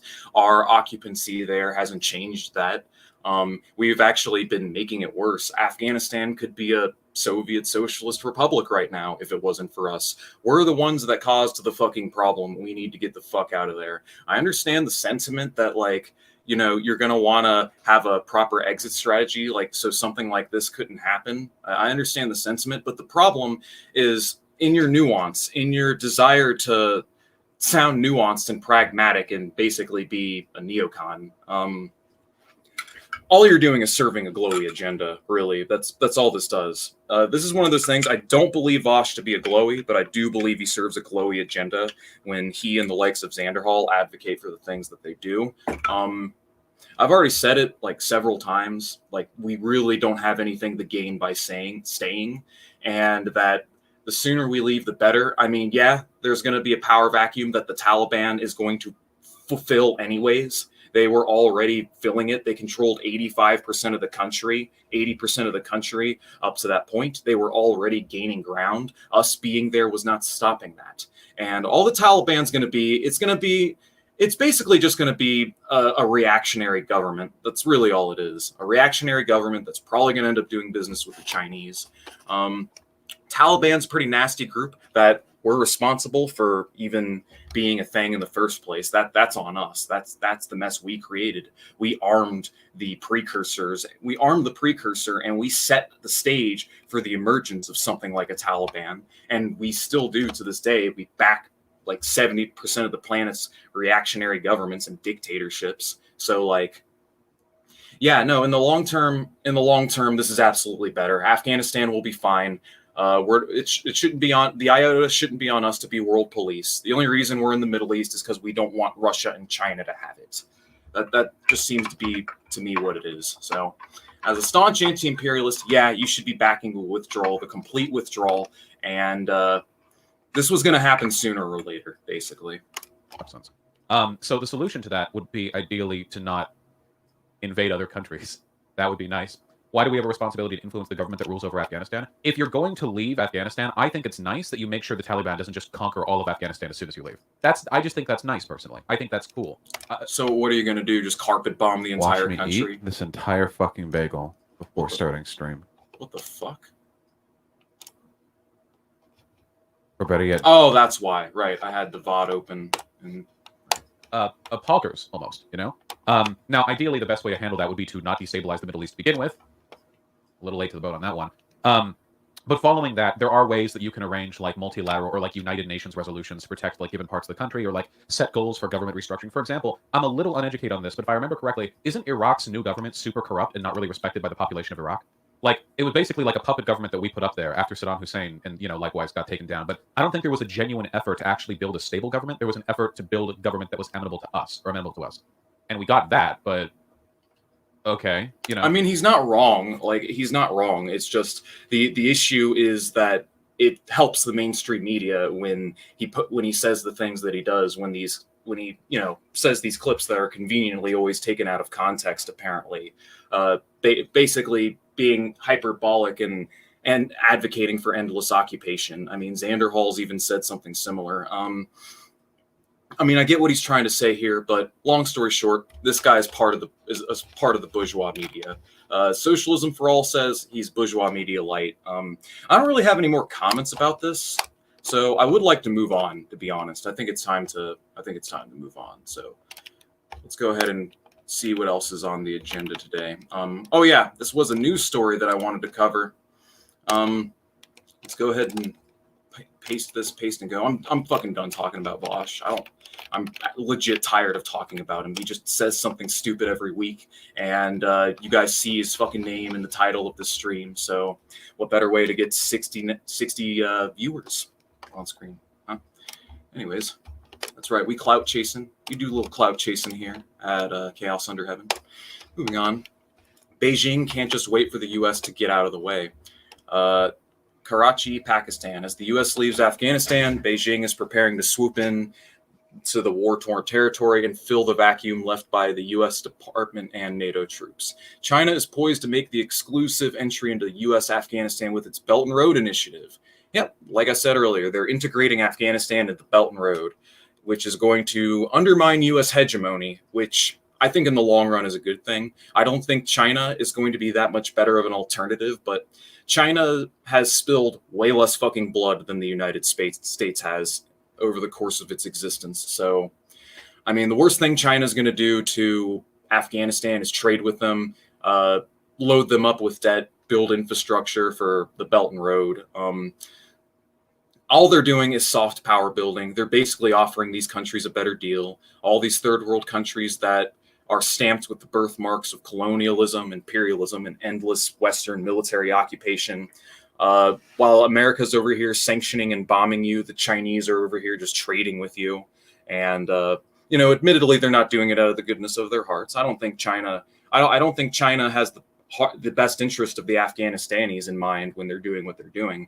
I'm just saying that they're offering these countries a better deal. And in America's hyper-aggressive douchebaggery, they are basically setting themselves up for their own demise, because the chickens are coming to roost on the great Satan.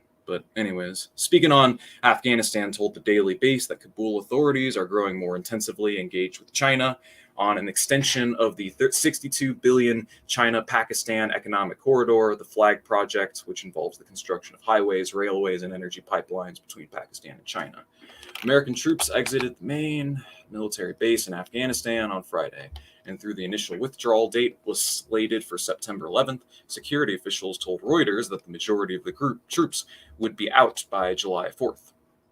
According to another source privy to the conversations between Beijing and Kabul, one of the specific projects on the table is the construction of a China-backed major road between Afghanistan and Pakistan's northwestern city. In other words, the Afghan government behind the scenes is welcoming China immediately after saying goodbye to America. And as we all know from the likes of Bourgeois Media Light and the Radlibs, yellow man bad. And endless U.S. occupation is a preferable alternative to that, apparently. I don't know. It's a very cringe take. It's an example of what I'm talking about, where people are taking what they perceive as right-wing positions, neoconservative positions, with respect to what's going on in the Middle East, without really taking a more big picture look. It really is fundamentally, at the end of the day, right opportunism. U.S. President Joe Biden announced plan to fully withdraw American forces. Under BRI strategy, China wants to connect Asia with Africa and Europe through land and maritime networks spanning some 60 countries. The strategy would not only promote internal regional connectivity, but it would also enhance China's influence across the world at an estimated cost of $4 trillion. By virtue of its location, Afghanistan can provide China with a strategic base to spend its influence across the world, ideally located to serve as a trade hub connecting the Middle East, Central Asia, and Europe. He continued, generally, the investment that would be injected into the economy will employ many people, and in the absence of other economic activities, people may welcome it. But the political landscape in Afghanistan stands divided, and there will be some ethnic leaders who oppose the BRI, the Belt and Road, not because they see disadvantages, but because external factors wants to stop it. All right, so yeah, China's moving in. That's pretty much the news on that, and because, as we all know, yellow man bad. We don't like that. Well, I'm going to read a couple comments. How are you guys doing? What do you guys to say? It's good to see you guys. It's good to see you guys here. It's good to see everyone here. I'm glad you're all enjoying the stream. Look at his rhetoric. He's concerned not just of U.S. empire losing, but also the Chinese empire expanding. It's not because they're concerned. It's to protect the laborer aristocracy of the U.S. empire. Yeah, I mean, it makes sense. It totally comes down to class interests. I mean, fucking Vaush is a millionaire. It's confirmed that he's a millionaire, so it makes total sense. And, as we know, it really does come down to class interest at the end of the day. Dylan Burns has been the worst influence of BreadTube. Who's that?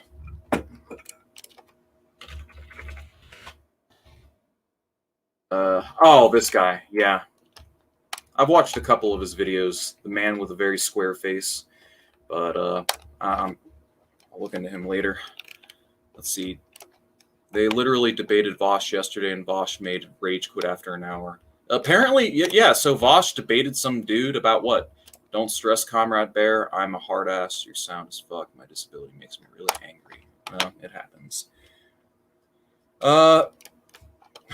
Because people donate $50, $100 to his live streams because of Patreon bucks, because of YouTube ad revenue. You would be surprised how much that all adds up together when you have hundreds of thousands of subs. This motherfucker, he's self-admitted that he makes like $300K a year. Ballpark of $300K a year. So, if he keeps this grift up for years at a time, he's basically a millionaire. Maybe not exactly a millionaire. He probably has a net worth around $750,000, $500,000, but someone who's that wealthy. Now, yeah, someone that wealthy is not working class. I'm sorry. It's possible to make that kind of wealth while being a worker, but he's basically petty bourgeois, more or less. But yeah, no. Facts, logic. What else is there on the agenda? So let's do this. Apparently, the New American Left made another video, and I want to react to it. People have sent me this. You guys have sent me a variety of other videos. Keep those videos coming. Let's do this. Hey, good to see everybody again. Recently, Hakim, or Comrade Hakim, depending on which you prefer, uploaded a video discussing the economic calculation problem and why he believes it's a bad argument against socialism. It is. I also believe the economic calculation problem is a bad argument against socialism, but that's for unrelated reasons. Namely that I think socialism can exist absent central planning, which Hakim disagrees with. Hakim is of course a Marxist-Leninist and therefore an advocate of centrally planned economies. Today we're going to take a look at his analysis of the economic calculation problem and point out where I disagree with him and why I think he's underestimated. First things first, is there any works cited? No, I didn't think so. The strength of the problem. They try to dress it up in all sorts of rosy language, but in the end it all boils down to what makes the most money regardless of utility, as they rely on the flawed assumption that whatever is profitable is useful, increases general well-being, improves society, meets a need, and so on. Even with that said, only the smart ones will get far enough to admit this. To socialists, on the other hand, efficiency is measured according to need first. How many calories, how many housing units, how many roads or hospitals or schools, etc. Here, Hakim is pointing out that within the purview of the economic calculation problem and the local knowledge problem, which are in fact two problems both meriting discussion, the definition of efficiency seems to refer to an exclusively capitalist market notion.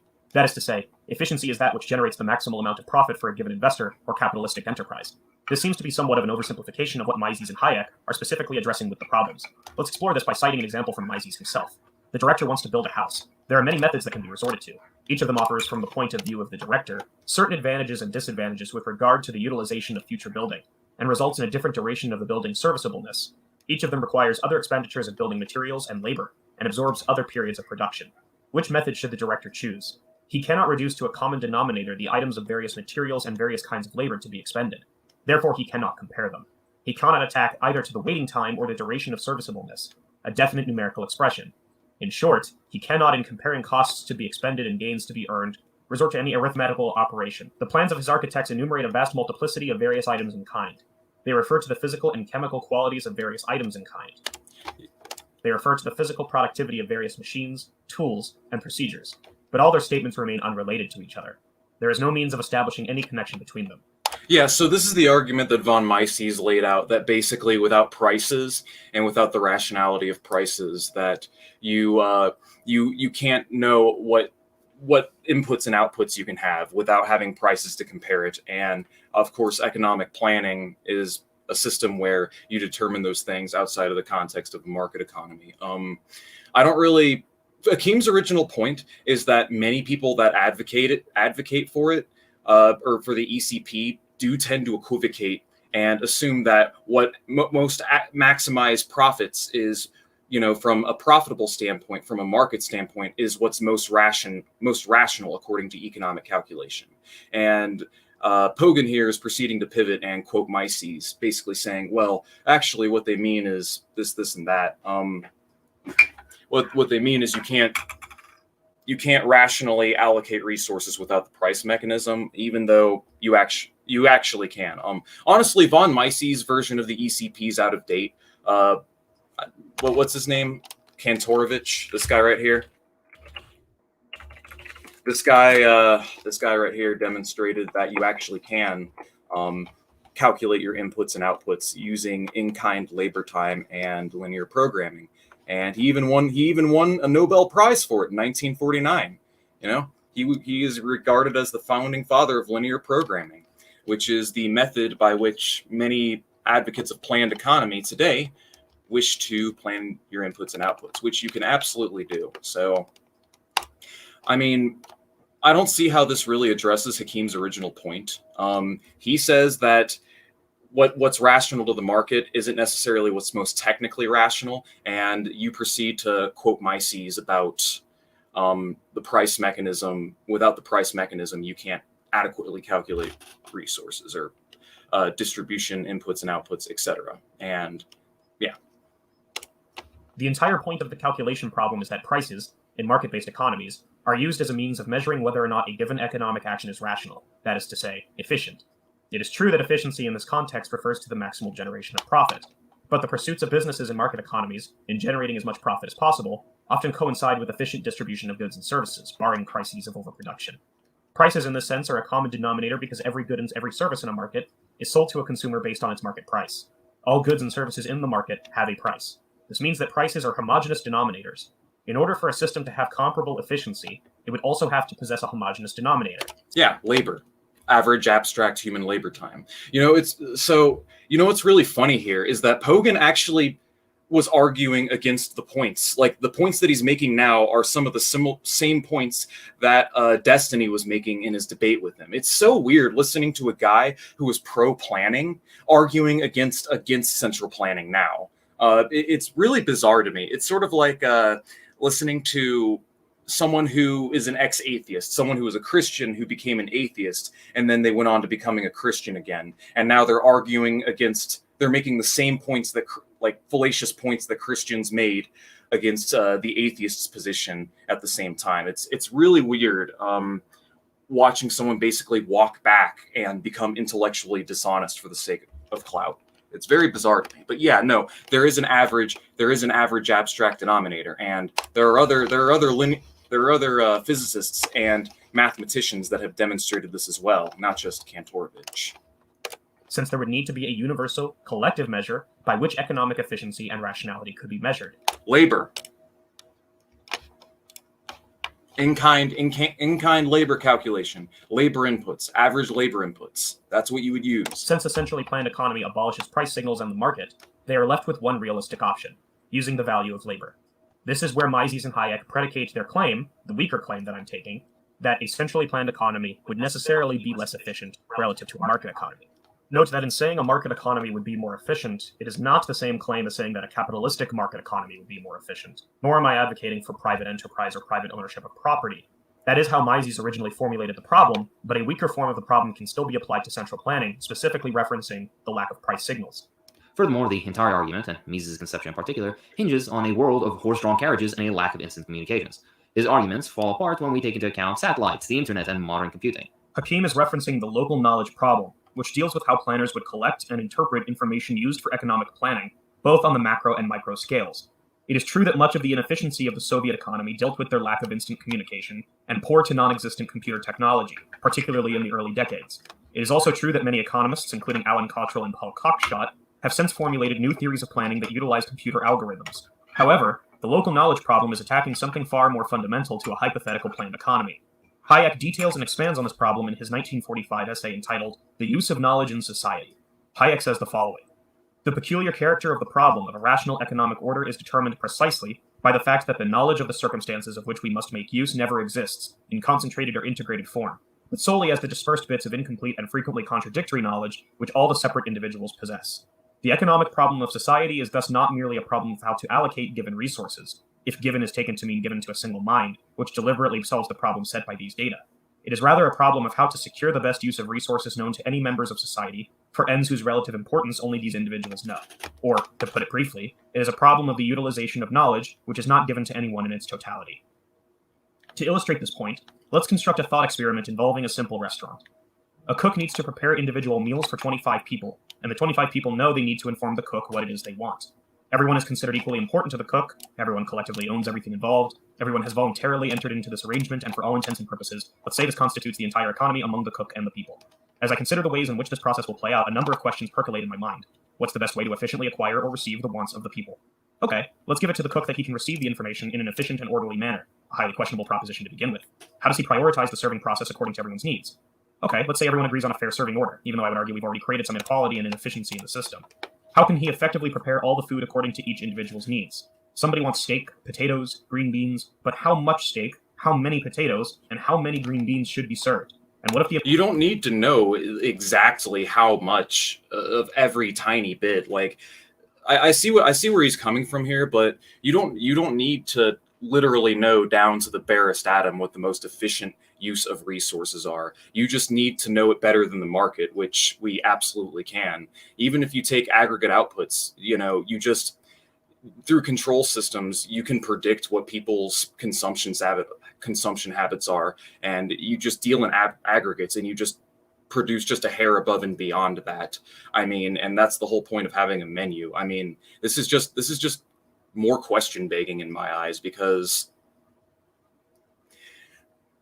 this is just more question begging in my eyes, especially when you consider like central planning is utilized by like most major corporations and governments on the planet. I mean, yeah, you're not going to be able to get it down to the barest atom, but I think being able to do it better than the market is good enough, you know. And the other thing is that markets aren't going to completely go away under socialism. Wherever there are holes in the planning process, wherever you can't plan for absolutely everything, or wherever you just have commodity production, whenever there's just items being produced for exchange, then the market is still going to be around. I mean, I couldn't possibly conceive of an economy that's like 110% planned, like right down to the barest atom. I mean, that's something that's going to take us decades to reach.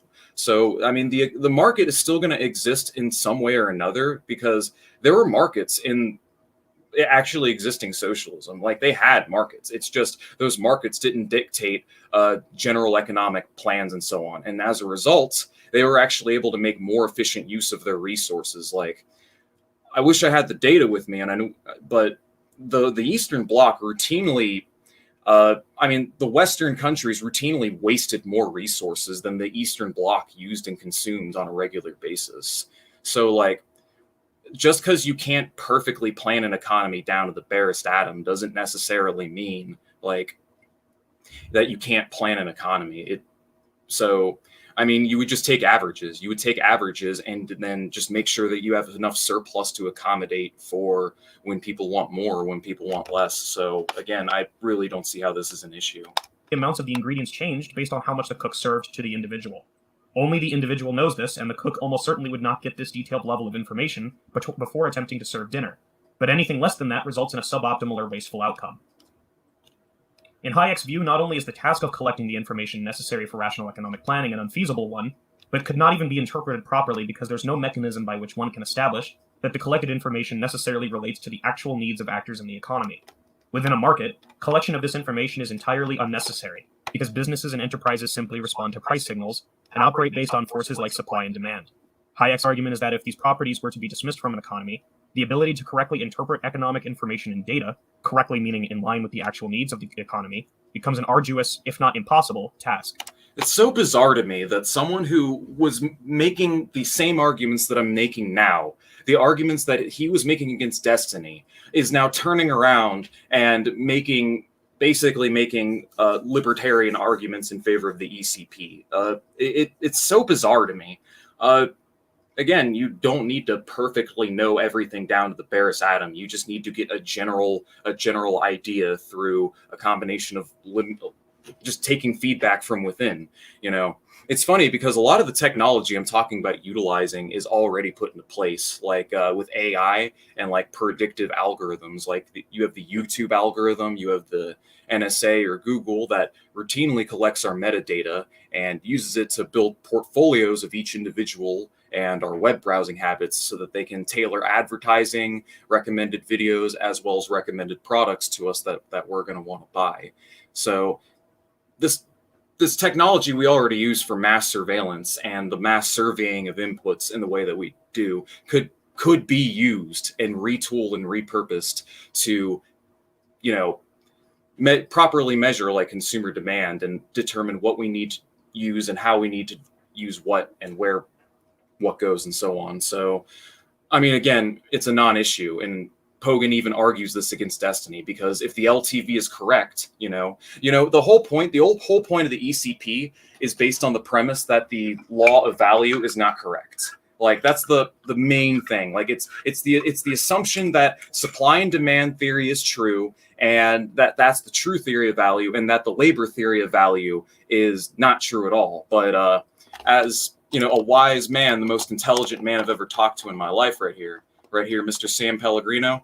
I had Mr. Sam Pellegrino on, and he presented some interesting data correlating, actually very strongly correlating price values to labor times, like price values to labor time.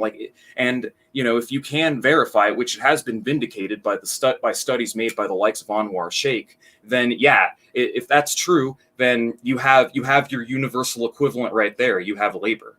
This is just a total non-issue.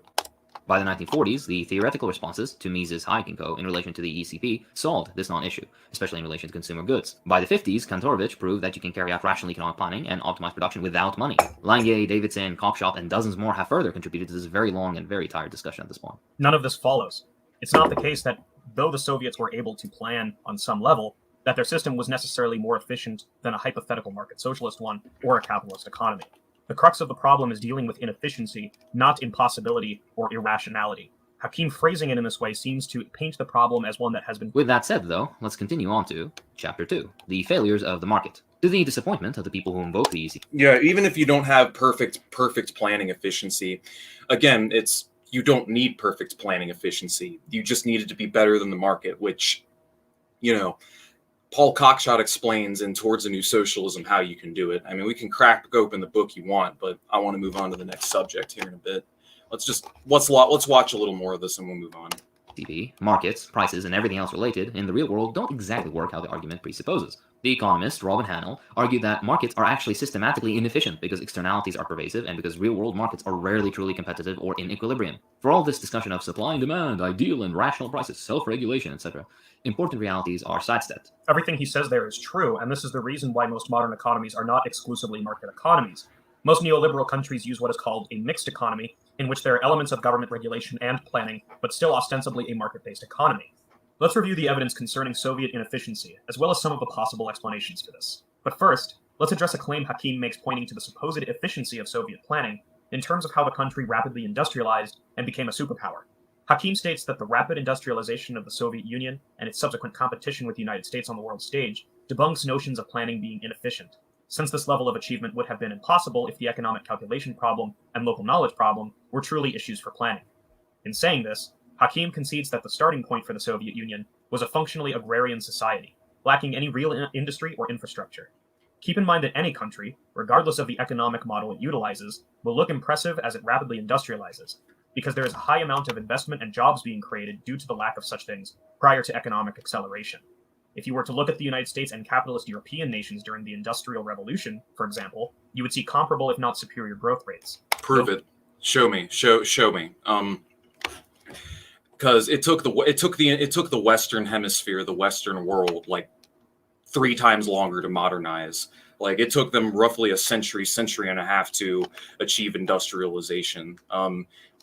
And that was just based on a largely laissez-faire market economy. It makes absolute and total sense that if you directly plan your inputs and outputs and you do rational planning, that you're going to be able to grow an economy way more rapidly. If what you say is true and economies just grow, an economy that industrializes is just going to grow regardless, then what about Latin America? What about Southeast Asia? What about all these other parts of the world that started from a similar starting point, but they never modernized, let alone modernized with the same rapidity? A lot of these places are still relatively backward, and they're only starting to modernize now. Surely if it's just because every country has an industrial boom, surely if it was for that reason that we would have seen comparable levels of growth around these other countries, right? So I really don't see what he's trying to... I guess that's his main argument. Let's see what else he has to say. Nobody interprets this as some knockdown case for capitalism being efficient. In economics, the growth of an economy does not necessarily imply efficiency or effectiveness. Sure, the Soviet Union rapidly industrialized, but it was frequently and consistently affected by a wide array of economic problems throughout its existence, including shortages of consumer goods, shortages of people occupying certain professions due to the lack of a substantial reward for their training, queues for several particular categories of goods, bureaucratic mismanagement, etc. It's also important to comprehend that much of the data suggesting that the Soviet economy skyrocketed is predicated on misleading data.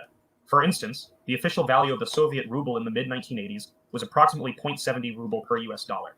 However, on the black market, something that existed and was extremely substantial throughout the USSR's time, the actual exchange rate was 11 to 13 rubles per US dollar. The Soviets also frequently exaggerated and fudged production data, and suffered from something called the ratchet effect, in which goods produced become lower quality as producers move increasingly close to a deadline they have not adequately prepared for misleading data. Okay, so let's talk about this real quick. I actually wanted to very briefly address this. So GDP growth, real GDP from the Madison Project. I mean, So when it comes to this, what I said earlier, I did mention earlier that many socialist countries did not have as high GDP. Part of the reason for this is actually because goods and services were substantially cheaper in those countries, or they were straight up paid for and subsidized by the government, like railway systems. Food was incredibly cheap, transportation, healthcare.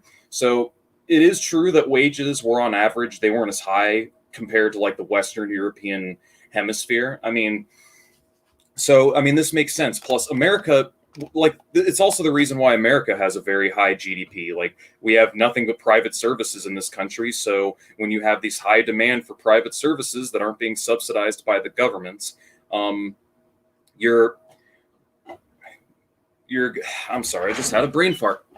When you have high demand for services that are subsidized or that are not being subsidized by the government and they're just private services, people are going to rationally and logically need to be paid more in order to compensate for it. Point is, based on the study I showed, again, living standards under socialism were better. But he is right that they did suffer from some internal deficiencies. Whether or not that's because of central planning in and of itself or just the way that they plan their economy, and that through sufficient economic reform, these aren't issues that couldn't have been tackled or dealt with, is a completely different question. Otherwise, the point remains is that their previous economic mode was objectively superior. Like, living standards consistently and linearly improved. And things only got worse, like truly got worse, took a turn for the worse was when capitalism was restored, you know? Even in the countries where things didn't take a turn for the worse, like China, because China had all that room to grow, even in countries like that, it's just become a rat race where people work 70 hours a week. You guys know about the 996 schedule, but anyways, moving on. For instance, the official value of the Soviet ruble in the mid-1980s was approximately 0.70 ruble. Yeah. The actual exchange rate was 11 to 13 rubles per US dollar. Black markets. The Soviets also frequently exaggerated and fudged production data and suffered from something called the ratchet effect, in which goods produced become lower quality as producers move increasingly close to a deadline they have not adequately prepared for. Inefficiencies became so severe that under Brezhnev, the Soviet Union purchased approximately 10 million short tons of grain from the US and Canada in order to prevent an expected famine. In The Second Economy and the Destabilizing Effect of Its Growth on the State Economy in the Soviet Union, 1965 to 1989, by Vladimir G. Tremel and Michael V. Alexeev, a paper that uses declassified internal Soviet economic data, the authors conclude that not only was the Soviet economy deteriorating rapidly in the selected time period, but that such deterioration facilitated the expansion of the quote-unquote second Soviet economy, in reality a black market. This black market only served to further negatively affect the efficiency of the planned economy. Quoting the paper, clearly second economy transactions among socialist enterprises, usually being voluntary, benefit transacting enterprises, a fulfillment, and second, did planned fulfillment benefit society? While the second question might be more important, it was the more specific first question that has attracted a greater amount of attention in the literature. The argument assumed that the initial planned allocation of inputs was at least close to efficient in the sense of equating marginal rates of technical substitution among user enterprises. They noted that inefficiency of the plan allocations would make second economy transactions potentially more efficient. Of course, if some firms are handicapped in bidding for inputs, free market allocations need not be efficient either. The impediments to wide participation in bidding on particular deliveries, however, are presumably much greater in the second economy than in the Western-type market economy. Yeah, he's not wrong here that there was a growing second economy that was starting to expand throughout the 60s, 70s, and 80s. So whenever you have deficiencies in planning or whenever you have limits to a planned economy, part of this is also because they really didn't take it far enough. Whenever you have deficiencies in a planned economy, or whenever you have commodity production, markets of some kind are going to emerge one way or another. One thing the Soviets weren't able to do or really achieve was to go beyond commodity production and the money cycle, because most of the world was not socialists. They still had to engage in trade and commodity production of some kind in order to raise revenue, in order to purchase things on the global market. So he's not wrong about this. But again, it just feels kind of like an appeal to futility. They still had a superior system operating at the front of it. Like, their economy from the forefront was still operating, and the black market did have a hand to play in the inevitable demise of the USSR. But really, at the end of the day, it just came down to a coup. It was really just a coup, and that was the real reason why it went away. So I don't really have much more to say to this. I feel like we've watched enough. What do you guys think? Have I bored you? Yeah, I've bored you. Yeah, bruh, but keep in mind, most don't mean all. During the whole life USSR, there were some levels of markets. I mean, you're not wrong. Let's see what we got. All sorts of discussion. In Western nations during modernization, life expectancy literally, because people were going from working out in the countryside to working in dirty ass factories with shitty equipment and no healthcare. That doesn't surprise me. Yeah, the black market had huge rates of inflation of people making obscene profits out of the needs of people. Black market was obscenely inefficient. Yeah, thank you. The only problem with black markets is scarcity. You have to create an abundance to eliminate markets. If they had a clear path for abundance, they would have definitely eliminated markets. Yeah, their resources were stretched thin because they were busy fighting a Cold War. They had to subsidize them, or they had to keep their military-industrial complex going. They had to subsidize the construction and growth of the Eastern Bloc at the same time. And yeah, those are pretty much the two things that strained their economy a great deal. Otherwise, there was active attempts at sabotage from within and from without, like the entire time. In a sense, the project was almost doomed to fail from the start, but it's not even, the question is it because of internal contradictions, or is it because of things inherent to central planning, or is it because of material conditions? That's what we're trying to look at right now. It sounds to me like Pogan is in favor of a kind of market socialism. I'm going to be debating a market socialist tomorrow, or a market anarchist, and I'm reading an interesting book about it. I think it's called Unemployment in Socialist Unemployment. Here it is, Political Economy of Yugoslavia. I think I can find a PDF of it. PDF. Let's see if I can find a PDF. But this is a book that I was reading the other day. It's called Socialist Unemployment and the Economy of Yugoslavia. So let's go ahead and look at this. What we got here is an analysis of the political economy of Yugoslavia. The issue with the Yugoslav government, or the Yugoslav system, and this was like a perpetual growing issue, was rising unemployment. Workers, they had a very decentral government. Like, they actually did do what a lot of anarchists and libertarian socialists want. They had a fairly decentral government, and they had cooperatives, workers' self-management, and so on. They had an economy that was close as you can possibly get to resemble a true co-op market economy. And this is the reason why I use Yugoslavia as an example when I talk about like market socialism, because there are contradictions within their, because they had a market economy, they had a cooperative market economy. I talk about the contradictions in it, and I do my best to address the contradictions in Soviet socialism. I don't want to go back to Soviet socialism. I want to do the model proposed akin to what Cockshot wanted in Towards a New Socialism. That model has yet to exist, but there is like a working model in theory. It's just yet to be put into practice. But we're living in the age of quantum computing, AI, and mass surveillance that's able to track and receive feedback from and build profiles and portfolios of every individual person browsing the internet. If we can do that for literally hundreds of millions of people every single day, I'm pretty sure that efficiently planning an economy more efficient than the market isn't a problem. Markets are inefficient as fuck, and Pogan completely failed to debunk it. He just deflected to the USSR and said, oh yeah, because their economy didn't grow fast, or they had a black market, or they couldn't accommodate all consumer goods because their economy stretched thin.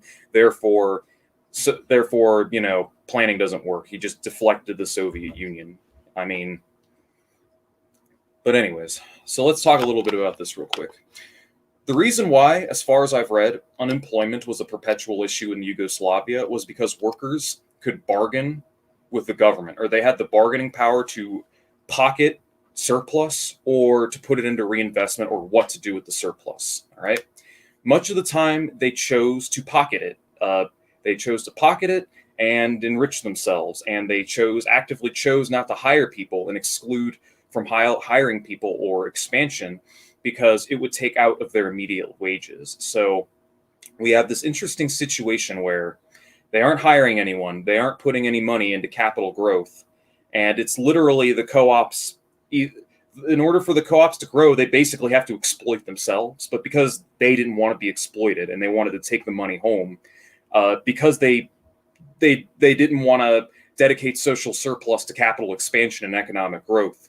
As a result, it led to rising amounts of unemployment. And I believe Tito would actually not deport, but people would emigrate from Yugoslavia to places like the DDR and the other socialist countries in the region and search for work, because there was no work in Yugoslavia.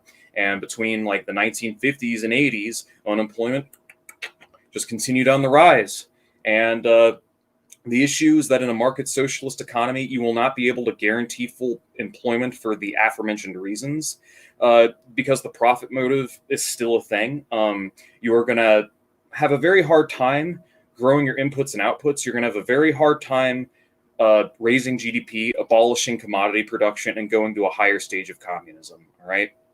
I think on some level, market socialism is going to exist, for the simple reason that on some level, markets will continue to exist in the early, mid, and later stages of socialism. Like, one way or another, like, you can't completely get rid of markets on the onset until you're able to achieve abundance. But again, in the richest country on planet Earth, I don't see why you can't do this.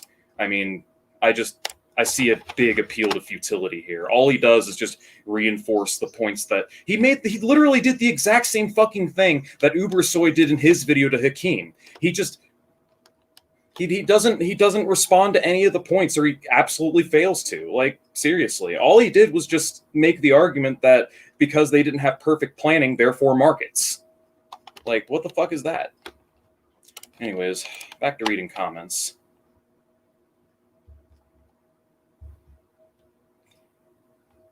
Yeah, so let's talk a little bit more about markets, all right? In markets, you end up with starving artists whose paintings are worth millions of dollars after their death. In markets, you end up with thousands of people dying of preventable illnesses from a lack of access to healthcare. In markets, you have a shortage of housing for the countless homeless people that, for millions of people, hundreds of thousands, tens of thousands of people. When it comes to non-inelastic goods that are always in demand, markets do a very shit job at allocating those resources. And no, markets do not determine what the most efficient allocation of resources are. That's not even a question on the market's mind. What it is the most profitably efficient allocation of resources, whatever makes the most money. And that's the reason why we have externality after externality. Even if there are problems and deficiencies in future socialism, those are things we can address. But, like, I don't really see, like, all it is literally question begging. It's a non-issue, and it assumes at the onset that you can't use labor time as a universal equivalence, like what I'm in favor of.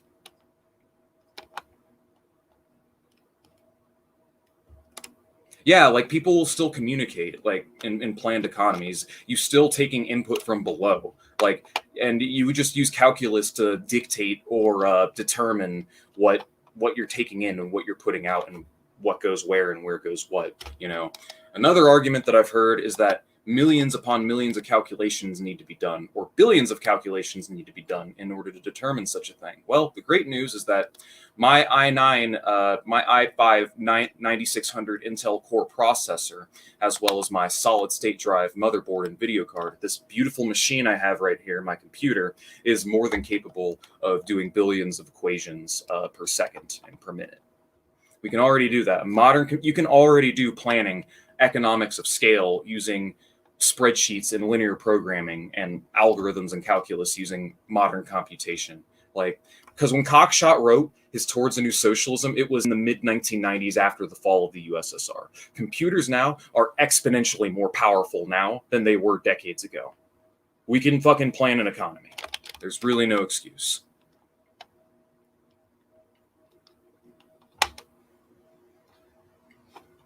All right, so what else is on the agenda? What else do I got?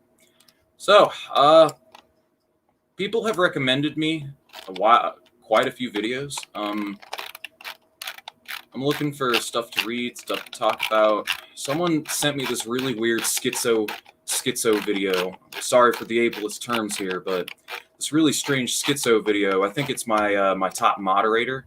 Hey, if it isn't the Ruhe. Oh, the Ruhe. Hold on.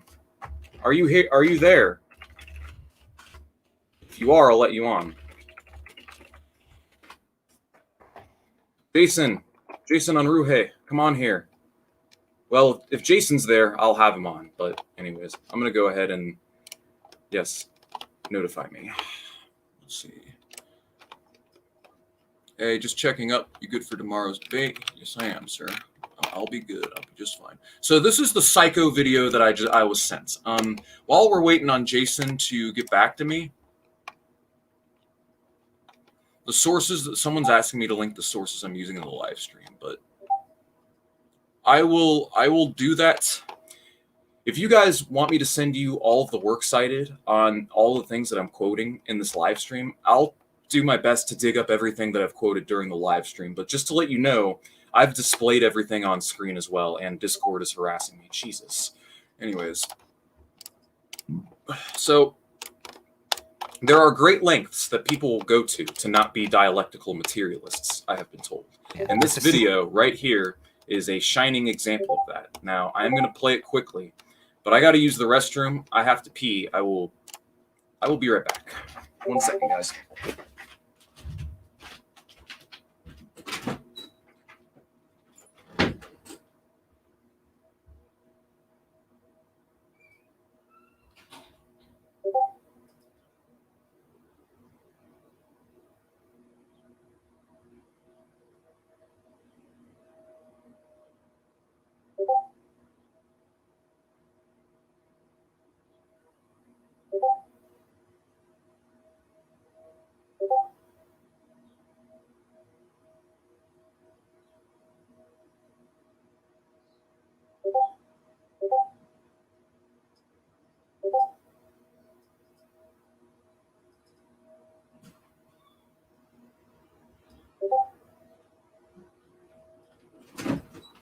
All right, everyone. You know what time it is? Jason, are you here? I guess not. Moving on. All right, you guys there? You guys there? You ready for this? Ready for this? Fuck off. What's up, fellow Hojaists? Talk about CRT. Critical race theory? I know nothing of critical race theory. Hojaism, I wouldn't call myself a Hojaist, but I do agree with Hojaist analysis when it comes to Maoist China. Mao's China, Mao was, believe it or not, a revisionist. A lot of people don't know this, but in a sense, he was a revisionist. So let me explain what I mean. All right. In Leninist Orthodox, in Marxist-Leninist Orthodox, in Leninist Orthodox, you have the role of the socialists during a underdeveloped colonized nation in the construction of socialism. There are two revolutions that must be carried out: the bourgeois democratic revolution, as well as the socialist revolution. First, you have your bourgeois democratic revolution. I'm going to turn Discord off. Yeah, we'll go back to Do Not Disturb because that's getting annoying. You have the bourgeois democratic revolution first, and as soon as possible, you have your socialist revolution as well. You ally with the bourgeoisie, have your bourgeois democratic revolution, and then you immediately struggle with the bourgeoisie. You overthrow them, and then you establish a genuine dictatorship of the proletariat. Mao's China did not do this. Mao made the assessment that because China is a even more backward country than when the Soviets were when they started, that it is going to take a protracted period of development in order to construct socialism. So what happened is they implemented New Democracy. Now, New Democracy never really came to an end. It continued throughout the Mao era, and it's technically still going on to this day. But the general idea is you have your bourgeois democratic revolution, and then you have a constructed, protracted period of socialist development. So, this is where the heart of Dengism is born from. That what the driving progress is not class struggle, but the construction of productive forces. Deng derives a great deal of his ideas from Mao, believe it or not. So they do New Democracy, they liquidate the landlords, and they do away with big capitalists, but they still have small time capitalists. They still have like small business and so on. They just have a lot of state directed firms, and they have a kind of, I wouldn't say it's full socialist. I mean, it's kind of a semi-socialist economy that they had. They consolidated everyone into these communes, and they did decentral planning, basically on a commune by commune basis, more or less. They still had markets, but there were some communes that abolished money. They had the Iron Rice Bowl they set up, which was basically a social guarantee to human services.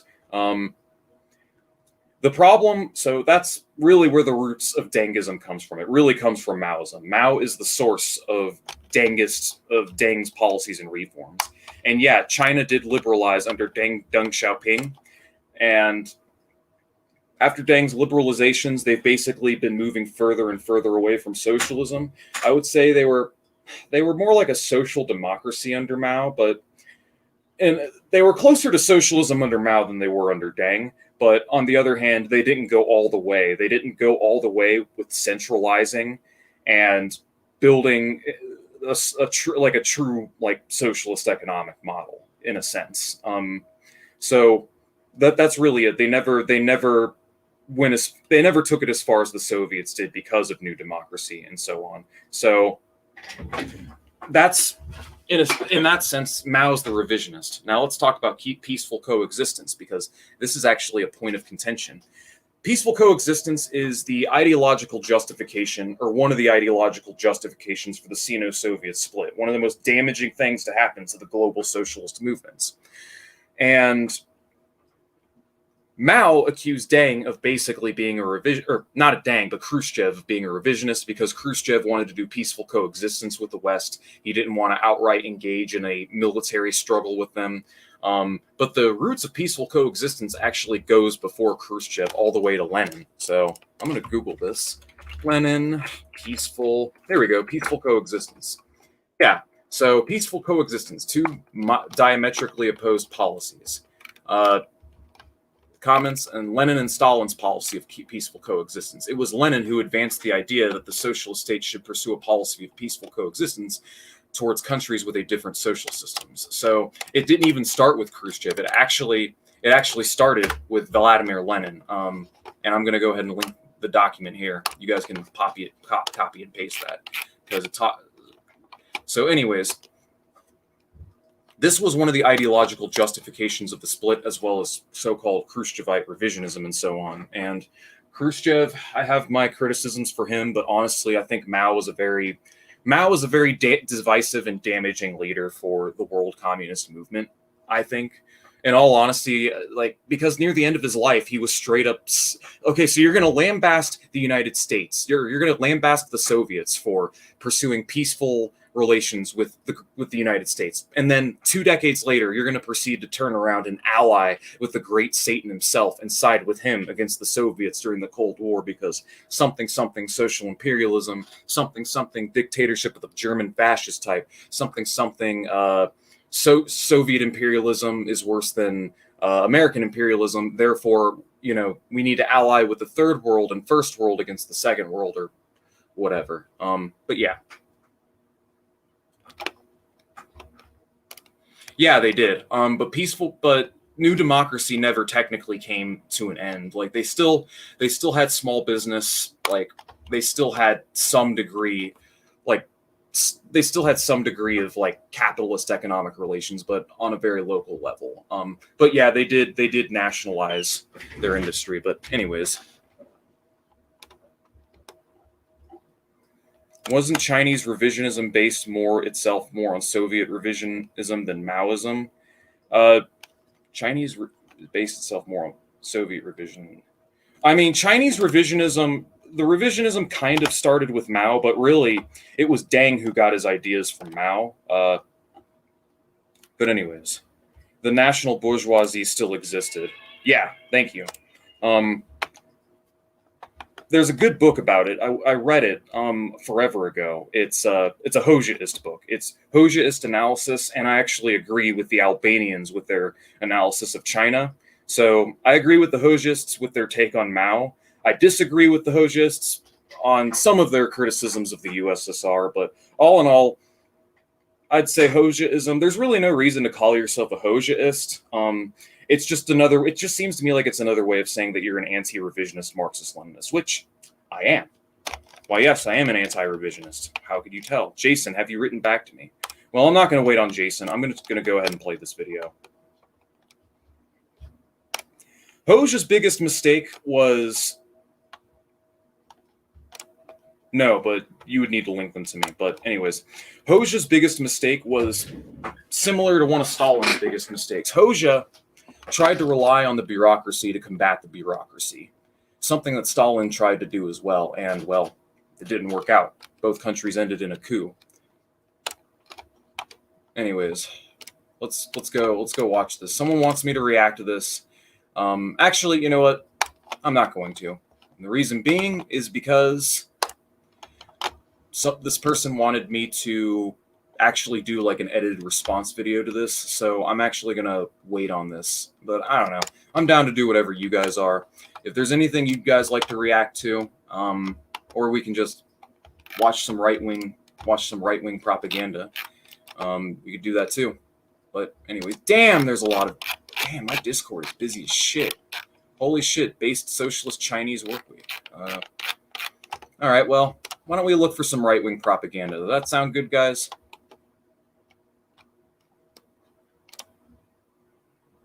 Let's go ahead.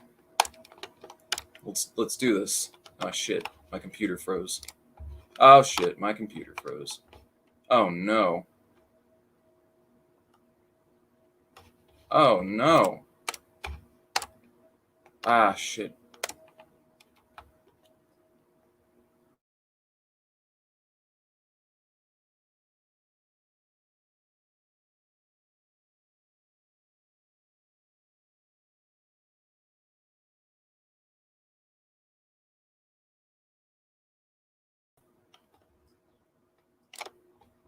Hey, I'm back. What's up, guys?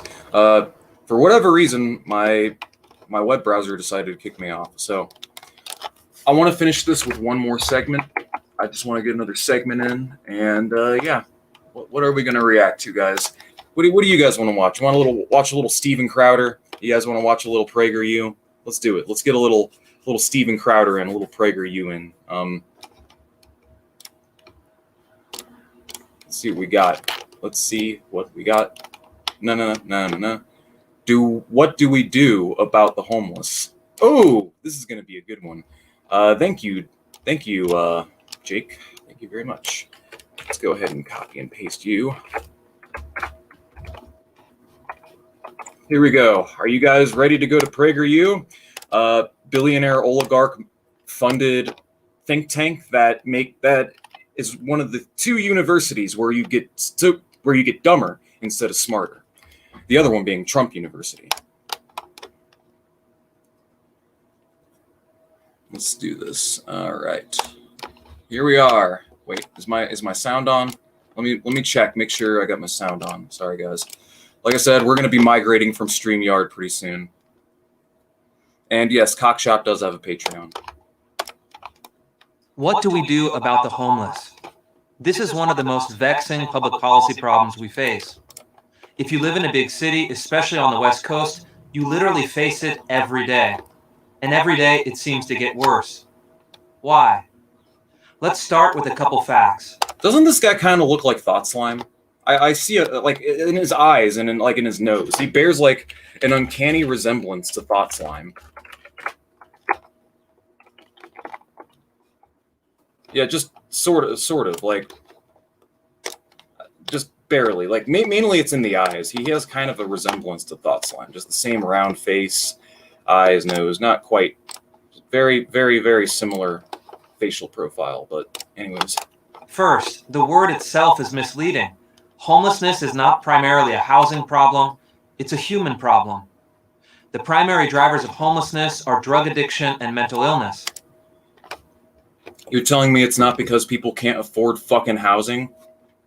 It's because of these? I mean, don't you think that being homeless leads to negative outcomes like this in the first place? Are you seriously going to sit here and fucking argue that? I mean, it's sort of like the chicken and the egg, but I'm telling you right now, that being homeless is more, I mean, being homeless is more likely to drive people to do these things. The real reason why people can't afford housing is because it's fucking expensive, or because they can't find a job or whatever.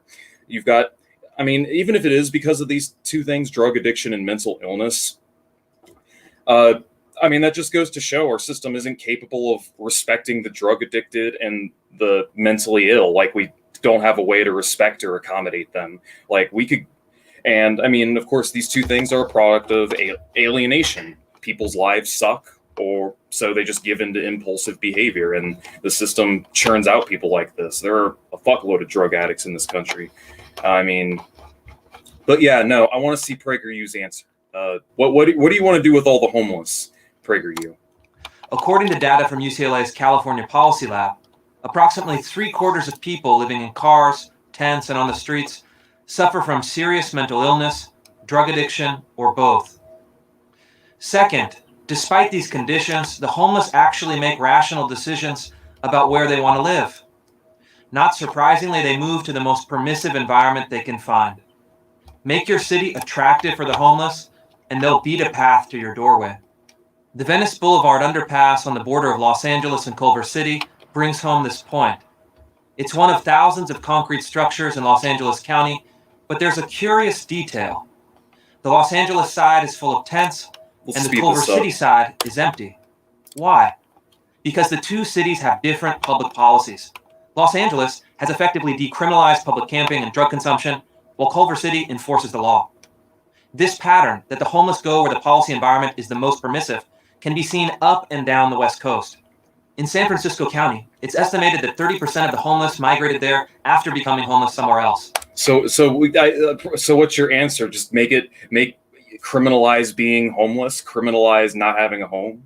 Like, I want to see what their solution is. Like, where are they going with this? In the city of Seattle, that number is 51%.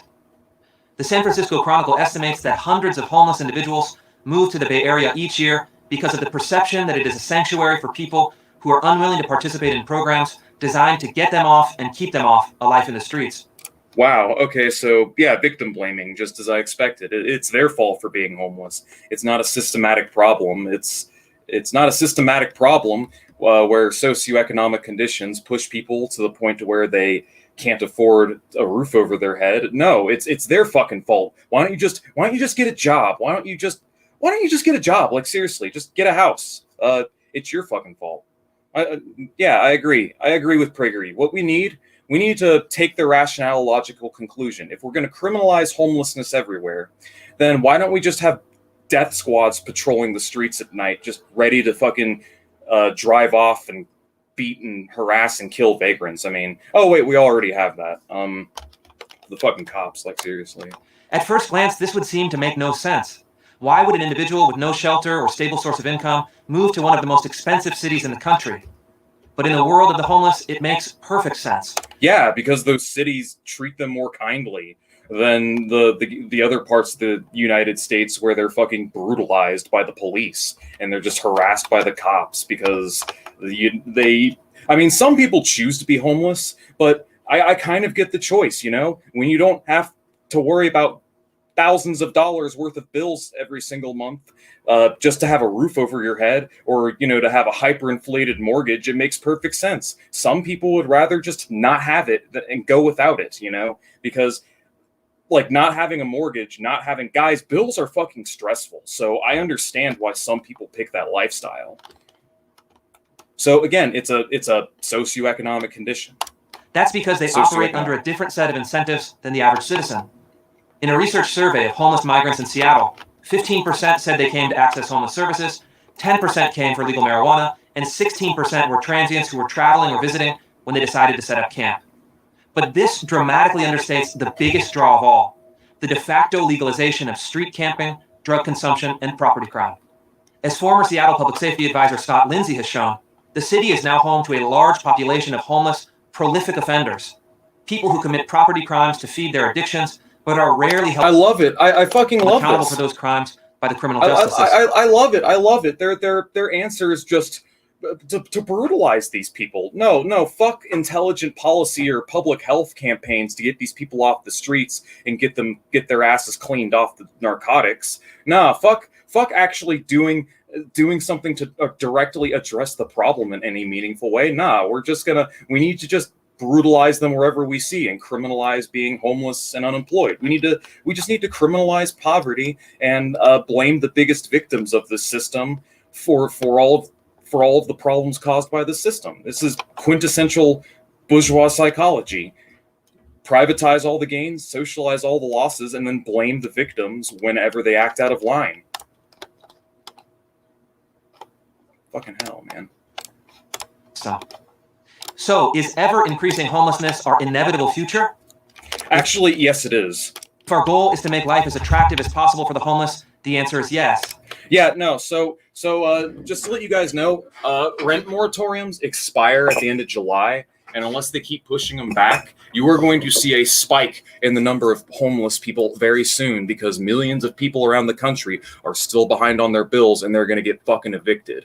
You know, we have a new housing bubble that's been hyperinflated. Rents are on the rise. Just whole housing itself is getting incredibly fucking expensive. So we are going to see a dramatic rise in the homelessness epidemic, and it's going to get a lot worse. And people like this jackass have no answer. Their answer is to just criminalize it. But basically, passive genocide, more or less. That's pretty much what this guy wants. Feed their addictions, but are rarely helped. Like, look at the presentation. To feed their addictions, they commit crimes and so on, and they leech on the welfare state. You know, so the answer is we need to brutalize them. I love it. It just paints homeless. That this video is literally fucking dehumanizing them. Like, it's fucking ridiculous. It's crazy how they do that. How they low key dehumanize the poor and the downtrodden. Accountable for those crimes by the criminal justice system. So, is ever-increasing homelessness our inevitable future? Yes. If our goal is to make life as attractive as possible for the homeless, the answer is yes. If our goal is to actually help the homeless, the answer is no. Houston Mayor Sylvester Turner is a Democrat, but his approach to homelessness is a world apart from his counterparts in Los Angeles, San Francisco, and Seattle. Yeah, where we have these laws where we just brutalize them and just criminalize the act of being impoverished. Yeah, no, I agree. We should just criminalize poverty. Okay, jack off. What if we took your logic to its rational conclusion? What if we criminalized homelessness and had these same draconian laws in every city in the country? Like, if you were to do that, you realize they're just going to go out in the countryside and they're going to go to like small towns or live out in the woods, and this isn't going to solve the problem. Making the act of being homeless even more unpleasant than it already is not going to fucking deal with the problem, dude. Like, they're just going to go wherever the hell they can to survive, to where life isn't going to be as shitty. Like, this dude is just advocating that we brutalize the fucking poor wherever they go. Like, that's straight up what they want. It is simply not acceptable for people to live on the streets. It is not good for them, and it is not good for the city, Turner has said. Houston's policy is a perfect example of what Turner calls a tough love approach. The city has built housing for the chronically homeless, formed a coalition of nonprofit partners, and lobbied the state government for more mental health and addiction services. At the same time, Turner has enforced a strict ban on public camping and promoted a citywide campaign to discourage citizens from giving money to panhandlers. Wow, that's pretty shitty. I mean, I get the whole point of this. It's to discourage people from being homeless in the first place, and I do like the policy of government housing. The problem is that there's not nearly enough of it. Now, I seriously doubt PragerU is going to advocate for something like that, like government state, like cheap state housing, because that would make way too much fucking sense. They're mostly prioritizing the more punishment aspect of it, because they just want to criminalize homelessness. I don't know what else to say. That's basically what they want to do. Guarantee you. The results are as instructive as they are stunning. Over the past 8 years, Houston has reduced its homeless population by 54%, while it has skyrocketed in West Coast cities. Different policies, different results. Where a Seattle politician opposes hosing down feces-covered sidewalks because hoses are racist, Houston fights in the courts for the right to clean up encampments. Where California progressives push for more drug injection sites and have decriminalized thefts under $950, Houston imposes consequences not only for theft, but for aggressive panhandling, window washing, and other street obstructions. This is what? Like, decriminalize theft under $950? Well, that's pocket change in California, given their fucking inflation. So what's your solution? Let's see. Come on. As this Texas city has demonstrated, local leaders in cities of any size can meaningfully reduce homelessness through a strategy that mixes compassion with common sense enforcement. If cities stop allowing public encampments and open drug consumption and start prosecuting property crimes, they will have much more success redirecting the homeless away from a life of self-destruction and toward a life of hope through mental health treatment, drug rehab, and job training. If only you guys didn't constantly lobby for and advocate for the privatization of human services and pushing us directly out of the direction of government assistance, and would rather just leave it all up to charities. Like, seriously. I mean, that's all fine and dandy and all, but functionally what PragerU advocates for in the long run is against any sort of like meaningful government policies. So I know he's paying lip service to it here. Like, he may be paying lip service to it here, but effectively what PragerU is doing is pushing us in the opposite of that direction. That's what we all want, isn't it? So why don't we do it? I'm Christopher Ruffo. Let me guess. The Democrats? Like, or is it the Democrats? Is that the reason why? I mean, there are ways to meaningfully tackle homeless without, brutalizing homeless people. I mean, the act of being homeless in and of itself is unpleasant. And the way you deal with it is really just expanding government housing. The solutions he proposes, which, I mean, are really in contrary to the kind of government policy that Republicans in general are against. This just feels like a sly attack on the Democrats. I'm not going to lie. Let's move on. Let's see what else they got here. What do we do about the homeless? Superman calls out woke Captain America. Oh my God, the right is so fucking ridiculous about this shit. Like, why are you so upset that? I mean, what is he even calling out? Why are you upset that it's a black man that's Captain America now? I don't know. Well, I don't fucking care.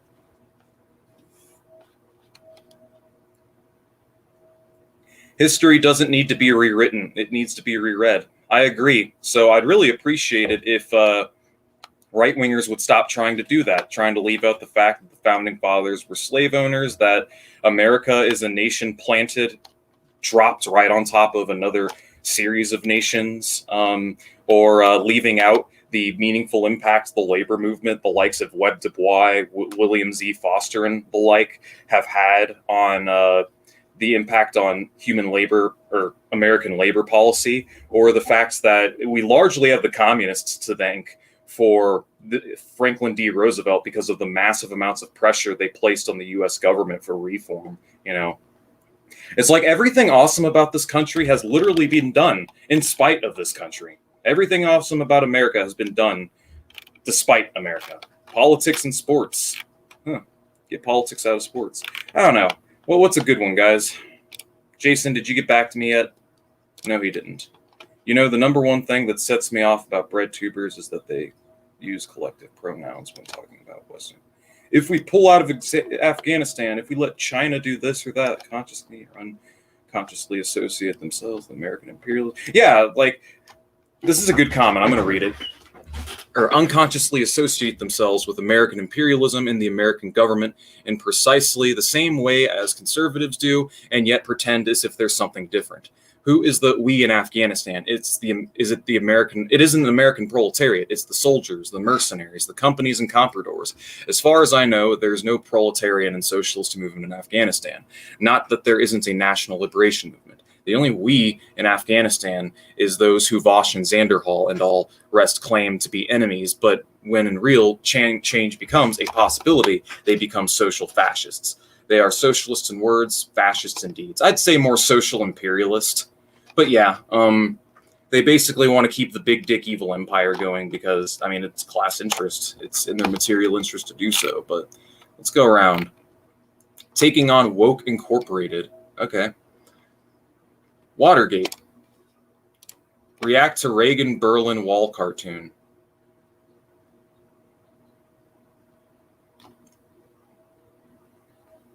We should talk about the ethnic issues of the socialist camp.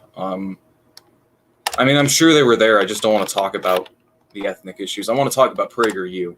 Someone wants me to react to what? The react to Reagan Berlin Wall. Hold on. Oh, videos. Control F. Berlin. You would have to send me a link to that video, Conrad. I do not know where it is at this present moment. What else we got? Watergate. Taking on woke and corp. Oh, fuck yeah, with Ben Shapiro. Let's do it. Benny boy, let's do this, Benny boy. Congratulations, graduates. Wait, I need to make sure this is at normal speed. Shapiro already talks really fucking fast. Your days of indoctrination and wokeism are behind you. Your worries about being graded down because you wouldn't say America is systemically racist? Over. Your fears that you'd be socially shunned because of your failure to decry the evils of capitalism? Done. Yes, you've been liberated.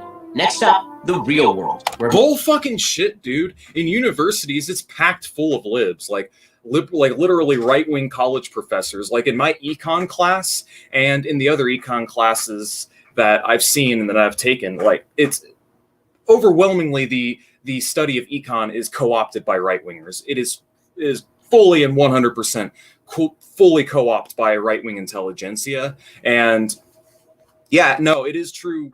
Like, a lot of the stuff they're saying is ridiculous. Like, oh, you've been indoctrinated in woke culture. I mean, that I'm not saying it doesn't go on at colleges, but I'm saying that liberal distortions of the facts and are a lot more perverse and a lot more common, and that you're not going to find anyone to teach you about Marxism or about, like, history of socialism in college unless you actively search it out, because hell, even at some universities, socialist organizing is banned. So what he's talking about here is largely bullshit. He's mostly, it's really the equivocating or the conflating of social liberality with socialism. Like, yeah.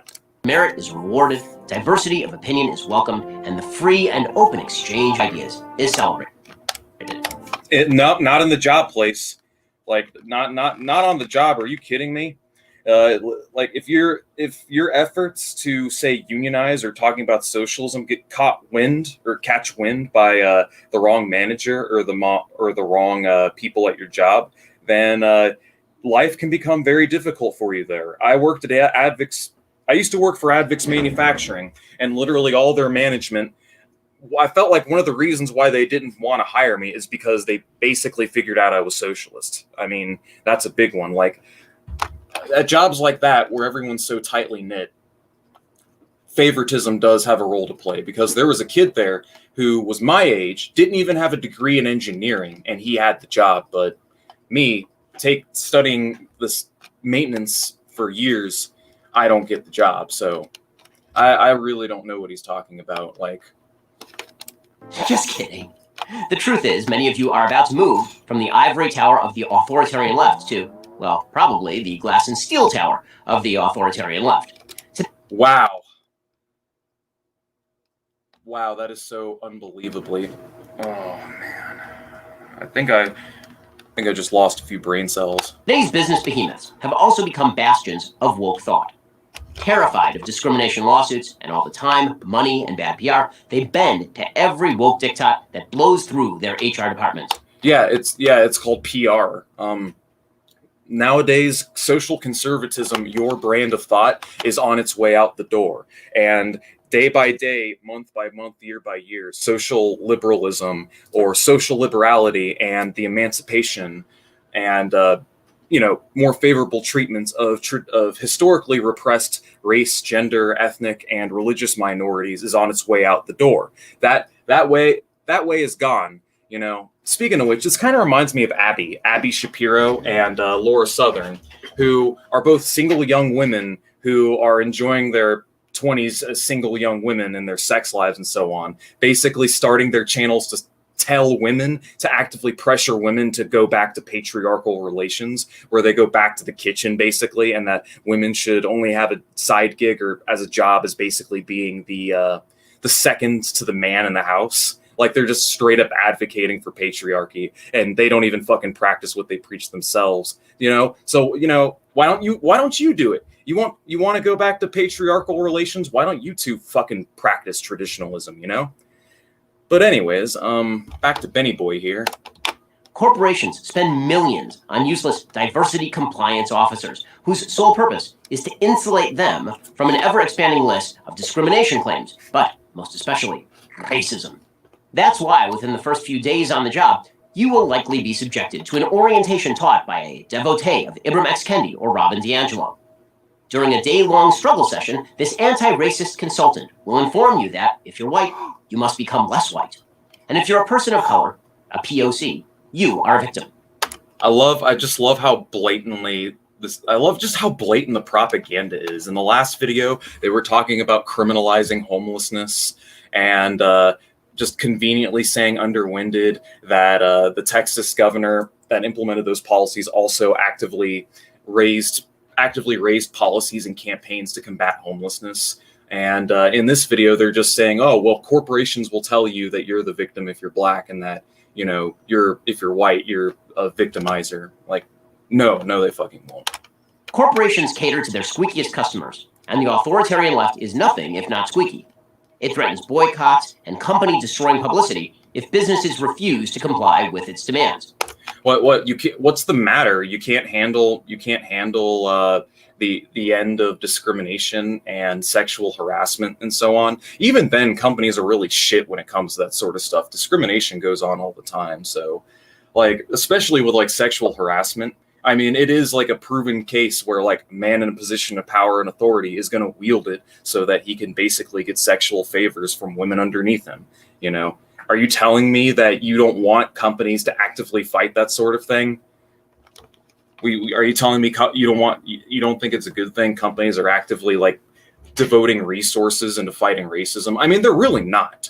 What they're doing is putting resources into appearing like they're fighting racism, like they're appearing to really be in favor of, you know, social progressivism and so on. But in grand scheme of things, they really don't give a fuck. It's all about image. It's in these big corporations. It's about looking like you. It's about looking like, you know, Black Lives Matter. That's why you get those murals painted on the floor. They're just co-opting that energy. That's all they're doing. They're co-opting the energy of social struggles and these social issues so they can neuter it from class politics. The class politics that would make these issues or make social liberality actually pose a threat to capitalism, basically. It's bourgeois feminism, bourgeois intersectionality, more or less. According to a study by James Bailey and Hilary Phillips, as reported in the Harvard Business Review, a generic corporation identified as apolitical or liberal saw no blowback from a panel of prospective consumers. But a generic corporation identified as conservative saw a 33% drop in opinion, entirely driven by participants who identified as Democrats. Well, no shit. Democrats are no shit. The Democratic voting bloc they're libs, but they're on the more progressive wing of liberalism. So I don't really know what this study is supposed to fucking prove, but okay. That's why your boss will likely send out regular company-wide emails assuring you that he or she or she is on the right side of history and pledging millions of dollars in support of whatever the leftist cause du jour happens to be. Oh, really? Could we call them up and see about getting their shit nationalized? I love how they like call these corporations that are really just doing a PR campaign. They're referring to them as like, oh, woke and hardcore leftists, like what Jeff Bezos is a communist, Comrade Bezos, Comrade fucking Musk. Not true at all. Oh, there's Jason. Here, Jason, I got something for you. I got a present. Jason's getting in this bitch. Let's do it. Anyways, while we're waiting on Ruhe, back to this. Really, so if all these billionaires and all these corporations are leftist, then why aren't they improving their workers' standards? Why aren't they implementing socialist policies? Why aren't they nationalizing themselves? Why aren't these billionaires giving up their wealth so that they could live a regular life just like everyone else? Why is it that we're not moving in the direction of a fully nationalized economy, Benny boy? Oh yeah, because they're not actually leftist, and you're conflating social liberality and progressivism with actual like leftist socialist thought. Because it serves an agenda. I mean, really, it's to turn off people from the left. Oh, there's Unruh. Hi, Jason. Oh, new web camera. Oh, congratulations! You look very clean. You look very, very clean. Thank you. Yeah. I was just finishing this video. Did you hear what I was talking about, by the way? Yes, I understand that the problem here is that people disagree with me. And when people stand up for something that they don't believe in, and they stand up for something they believe in against a form of oppression, what happens is it's essentially fascism. Fascism is when you do fascism and when you do anti-fascism at the same time. Basically, you don't agree with me, so you're disagreeing with me is essentially fascism. So, yeah, no. Fascism is when corporations want to improve their public image by appearing to be more inclusive and intersectional. Who would have thought that having a business model centered around supporting historically oppressed minorities and appealing to people's progressive sentiments is going to resonate more with the general public than being a conservative dickhead company where you're, openly against gay rights and just spiteful and shit. Like, who would have thought, that would have been a more effective business model. This is... And you'll be forced to echo these messages. I'm listening. No, go ahead. Or seek employment elsewhere. Corporations, above all, are risk-averse and controversy-averse. This means that they are petrified of their own woke workers and cater to them in order to avoid media-manufactured blowback.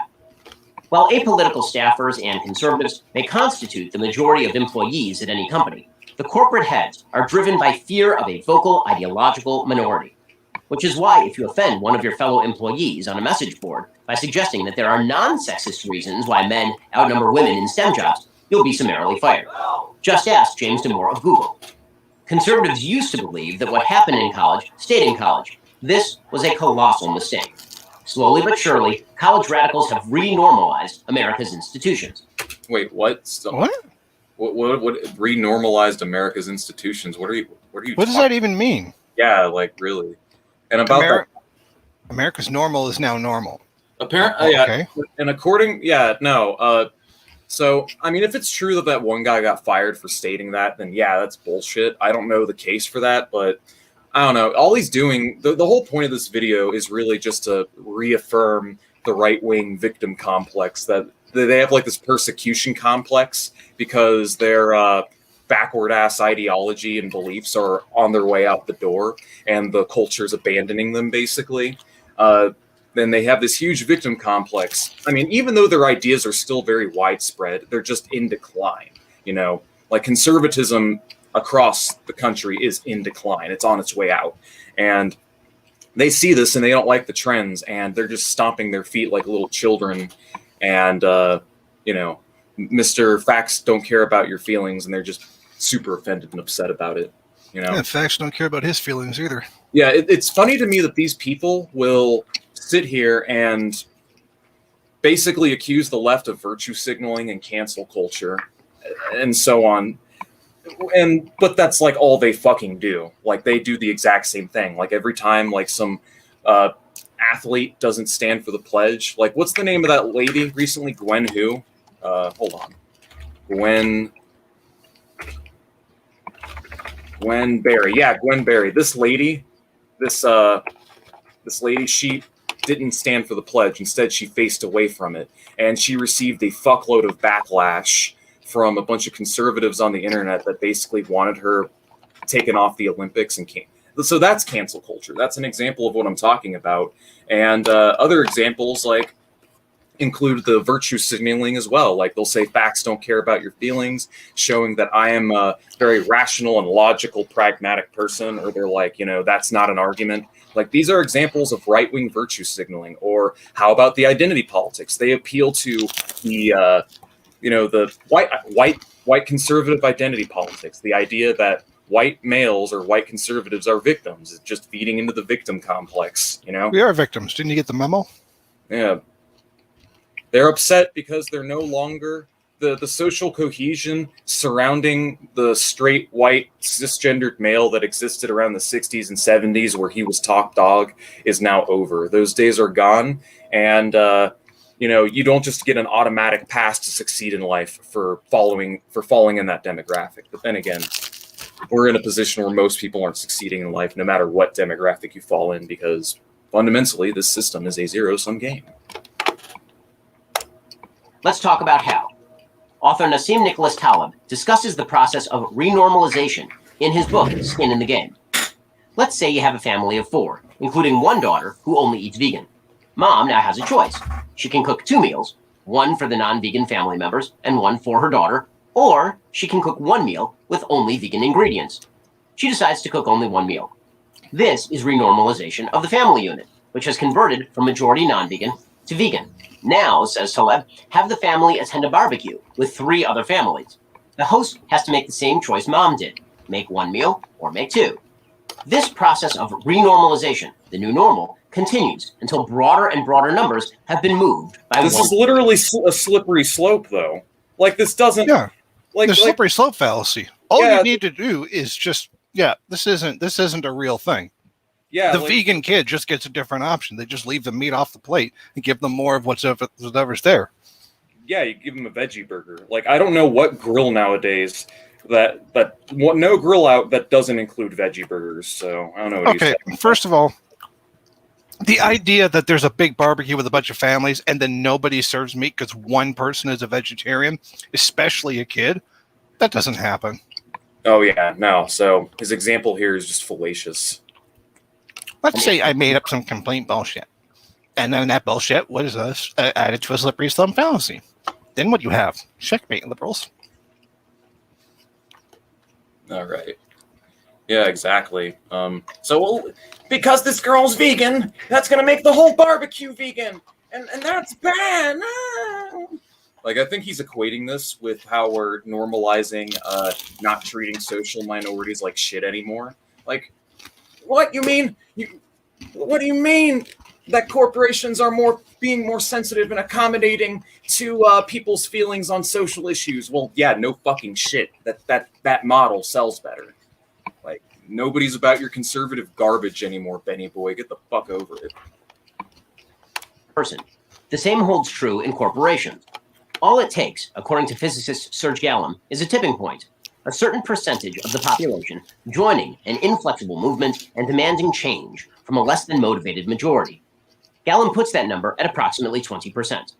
So, here's the good news. Renormalization can work in reverse, too. Here's how. Find a group of like-minded employees.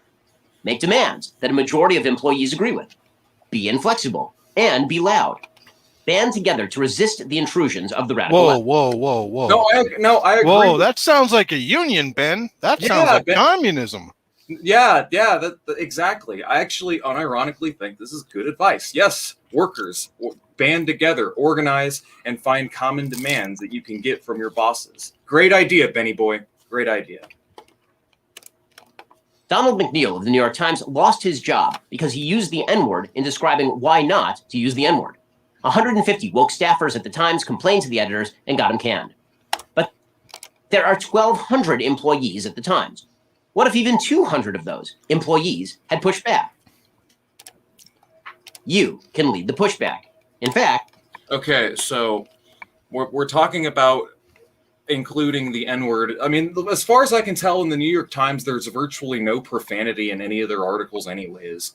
So why would you just print the flat N-word out, like, anyways? Like, we're in an incredibly sensitive racial climate right now. There's a lot of tension, and you work for a news company, and you're gonna put the N-word in your news article. Like, no, that's stupid. Also, really stupid. I think there's some missing context here. How was he using it? He said, why not say the N-word? What does that mean? Was he defending it? And then if he was, then yeah. Yeah. So you really here's some more context. Nothing gets published without the editor's approval. The editor must have approved it at some point. Why isn't he culpable? Yeah, exactly. Why isn't the editor? Why not? Why didn't the editor tell him to go back and censor it or something? You should. Now, that may seem like a lot to ask. Why should a CEO listen to his youngest employees? Fair question. But here's the answer. They already do. It's 23-year-old woke staffers who are forcing these corporations to the left. It's going to take 23-year-old non-left staffers to move them back. That means being smart.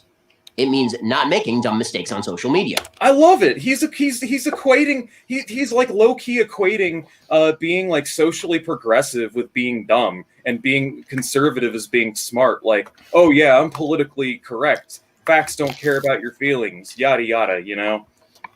I think there's a bigger problem here. The goddamn young people. Remember, it's all the 23-year-old woke staffers.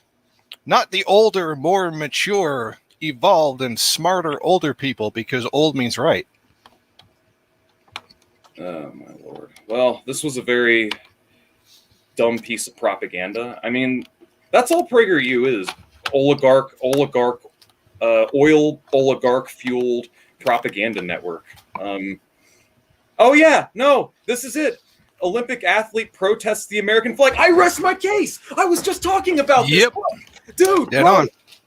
Do you see this shit? We're live on Facebook.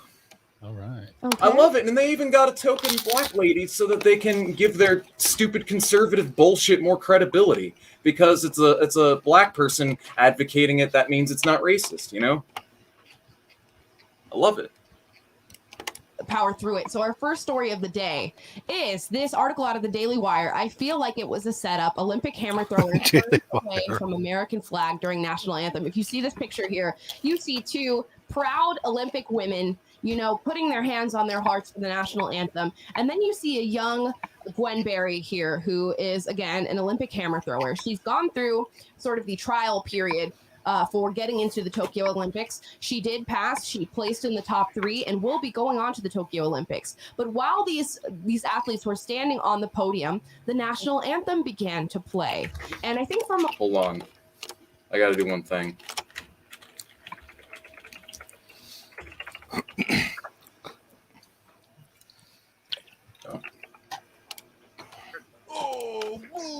Hold on, I gotta get the extended version. Here we go.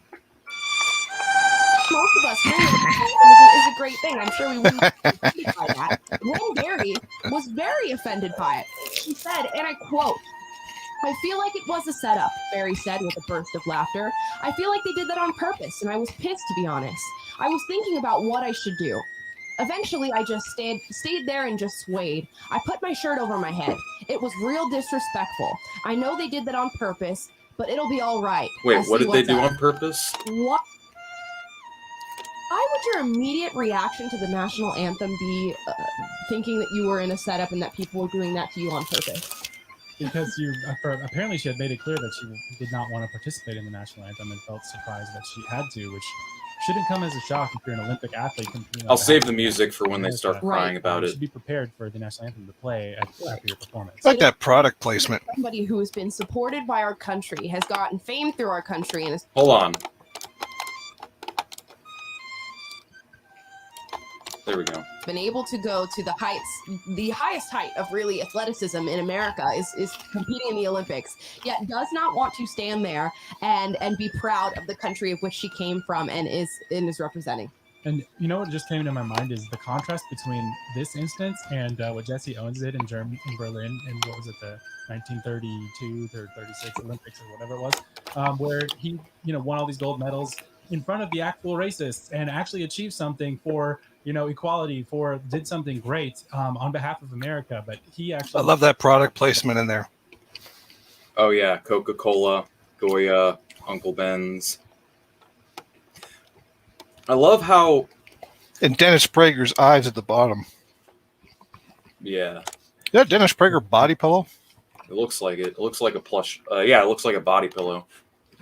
is basically saying, I'm ashamed of the country that I'm standing on the shoulders of to be here, but I'm ashamed of it. Right. Why are you so and quiet? We talk about this a lot. A lot of people on the left, especially on the extreme woke left, will tell you we're the ones who really love America. We're the true patriots. We just want to see this country be better. Do they? No, we don't. Because if you Well, no, the actual far left wants a new fucking government entirely.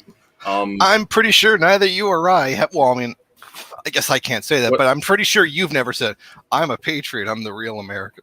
Yeah, so the thing is that what they're doing is they're equating, the far left, and of course this is a propaganda trick. It's a tactic. That's really all it is. It's a way to conflate the two and muddy the waters, just to create confusion by equating social liberality or being like hypersensitive on social issues with just being the far left, because it's sort of like I guess not sissification, but it's just a way to make us look weak, more or less. Like, oh, look how sensitive they are. Look how they can't even they can't even handle when we say the N-word or whatever. They're the real racists. Meanwhile, these two mouthpieces are sitting here fucking whining and crying that she turned away while they were saying the national anthem, like so that she could bring attention to the issue of racism in the United States. It's a completely genuine concern. This is, and conservatives just get so butthurt about it. Do you know how fucking butthurt they get, dude? Seriously, they fucking mauled over this shit. It's ridiculous. Here's the part that I like. Anti-racism, extreme far left. Yes, well, the extreme far left does also oppose racism, but so does even the center. You don't even have to go left. Yeah. I mean, it's like saying, "Oh, hey Trav, nice drink. What are you drinking there? Water? You know who also drank water? Hitler." Yeah, exactly. It's got just, you. Yeah, it's just a way to demonize or create confusion and just make us look weak. That's really it. I mean, I'm fully convinced that the people paying this bitch, like writing her fucking paychecks, I'm fully convinced that the motherfuckers writing her paychecks, as well as the rest of the people at PragerU, are they know this, and that it's in their best interest to muddy the waters and create this confusion. Because I know if I were a billionaire, I would do that. I noticed something interesting. You notice her hair is like in the same kind of realm as the kind that would be getting attacked by conservatives. What do you mean? Okay, you see her hair. She's got the puff on the back. That's the same one the conservatives rag on as being unprofessional. And then when you say, no, that's just an ethnic thing, you can't refuse to hire people because of it. And they say, no, it's an ethnic thing. Yeah. She's doing that very thing that she would be discriminated for. Yeah, it's very funny, but it's okay because she's one of the good ones, right? That in order to get accepted into circles of racists and bigots like people on the far right, I'm not saying that if you're conservative that necessarily makes you a bigot. I do think that for a lot of conservatives, they have a lot of repressed bigotry that they've got pent up, or fear and confusion. But I think amongst more specifically the far right, the further components of the right, that someone like her can only get accepted by people within those groups if she basically shits on other members of her own group.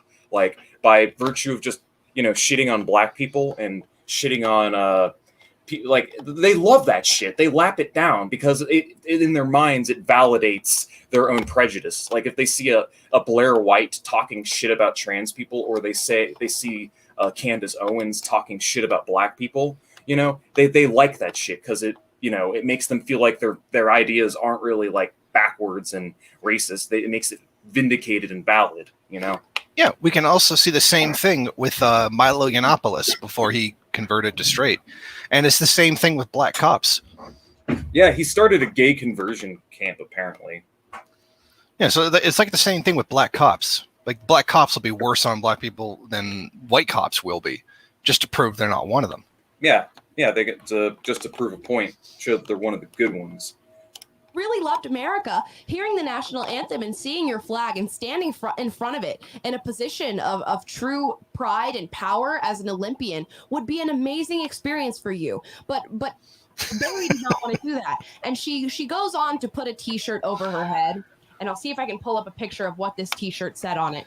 The t-shirt that she puts on her head, if my computer will load, says activist athlete. So she claims that she does not want to make a message with her actions. She says, I'm not really trying to put out any messaging on this. I just didn't feel the need to truly respect our country and truly stand and appreciate America during the national anthem. Okay, so let me just say this right now. Any entity that is deserving and worthy of praise and glorification shouldn't have to you shouldn't have to constantly be reminded to do that, not even a superior being, or not even a supreme being, but a superior being, through their actions and their behavior alone should make it worthy of appraisal. A superior entity or being shouldn't even want to be praised or worshipped, and should just through its actions alone be able to draw upon that. But instead, have you ever noticed that conservatives have to constantly remind us about how great America is? They have to constantly wank off America. Like have you noticed that? You're so free that we have to continually remind you that you're free, and to tell you that you have to celebrate the country for being free, or else you're not free. Exactly. If it's such a free country, then she should have the freedom to not do the pledge so that she can bring attention to whatever the hell it is she's trying to bring attention to. I think it's racism in America, wasteful killings. She should have the freedom to do anything, including that. And dude, there are some right-wingers on social media that got so pissed. Like I said, they tried to cancel her for it. They're it's sort of like in this way how everything they accuse us of, right-wingers are literally guilty of themselves, straight up. From the virtue signaling to identity politics, and cancel culture. They're guilty of literally all the same shit. It's just under a different guise. That my purpose and my mission is bigger than sports. I'm here to represent those who have died due to systemic racism. No, yeah, I rest my case. I mean, that's not a funny thought, but it's laughable how shallow this sort of thinking is. Right. It's amazing to me, again, the myths and the fallacies and how deep they go within the Black community, especially. For her to think that's not standing or standing there for the national anthem and not truly being proud of your country is somehow fighting systemic racism. Again, the lie of systemic racism is... She looks like she's about to cry. Doesn't she kind of look like she's about to cry over this? Look how watery your eyes are. Exactly that. It is a lie. And I'm sure what she's referring to is George Floyd and police shootings and things of that nature, which is a lie that has been spun by the left time and time again. George Floyd is... Oh my God.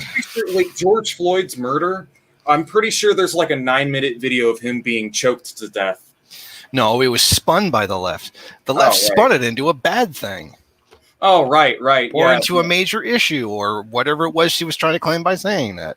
Yeah, no, I love how conservatives, in the wake of this, they'll do hardcore research into whoever the hell the police killed, and they'll just make the argument, well, this person was no saint, they were a shitty person, therefore they deserve to die, and it attempts to dehumanize these people and act like the terrible thing the cops did was justified. Well, you shouldn't do that because, one, you don't know if that person really is a shitty person in the heat of the moment, and two, George Floyd, yeah, he had issues. He got arrested. Most of his arrests and time in jail he spent was because he got caught abusing drugs. I know he robbed someone sometime, and he was also a drug addict.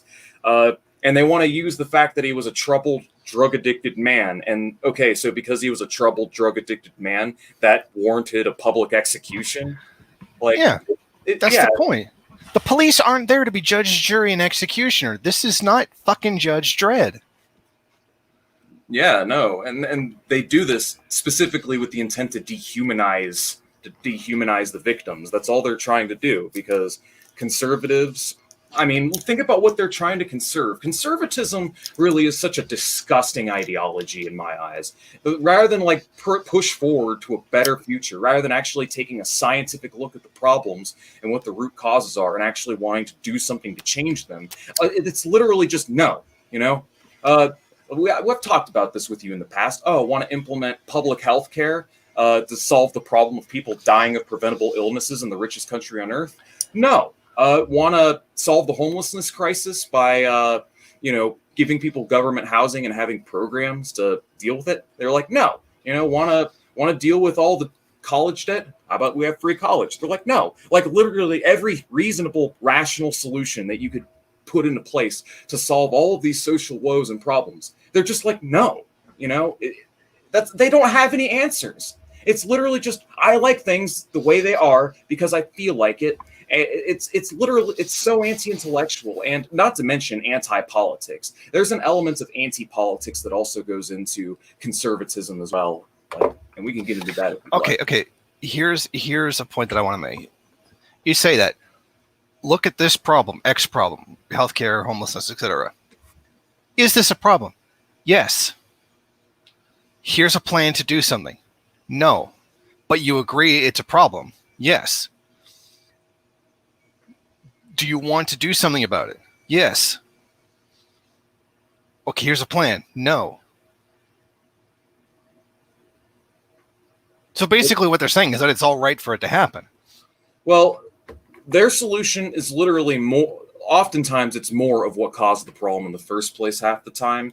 They're talking, they're always about tax cuts and deregulations, and if we just give the billionaires more of their money back, that'll somehow trickle back down to the rest of us. Trickle down, which has been like thoroughly discredited and studies and so on. Like they actually don't, they just hoard it. When you actually look at what rich people do, they just hoard that money and it doesn't end up getting reinvested.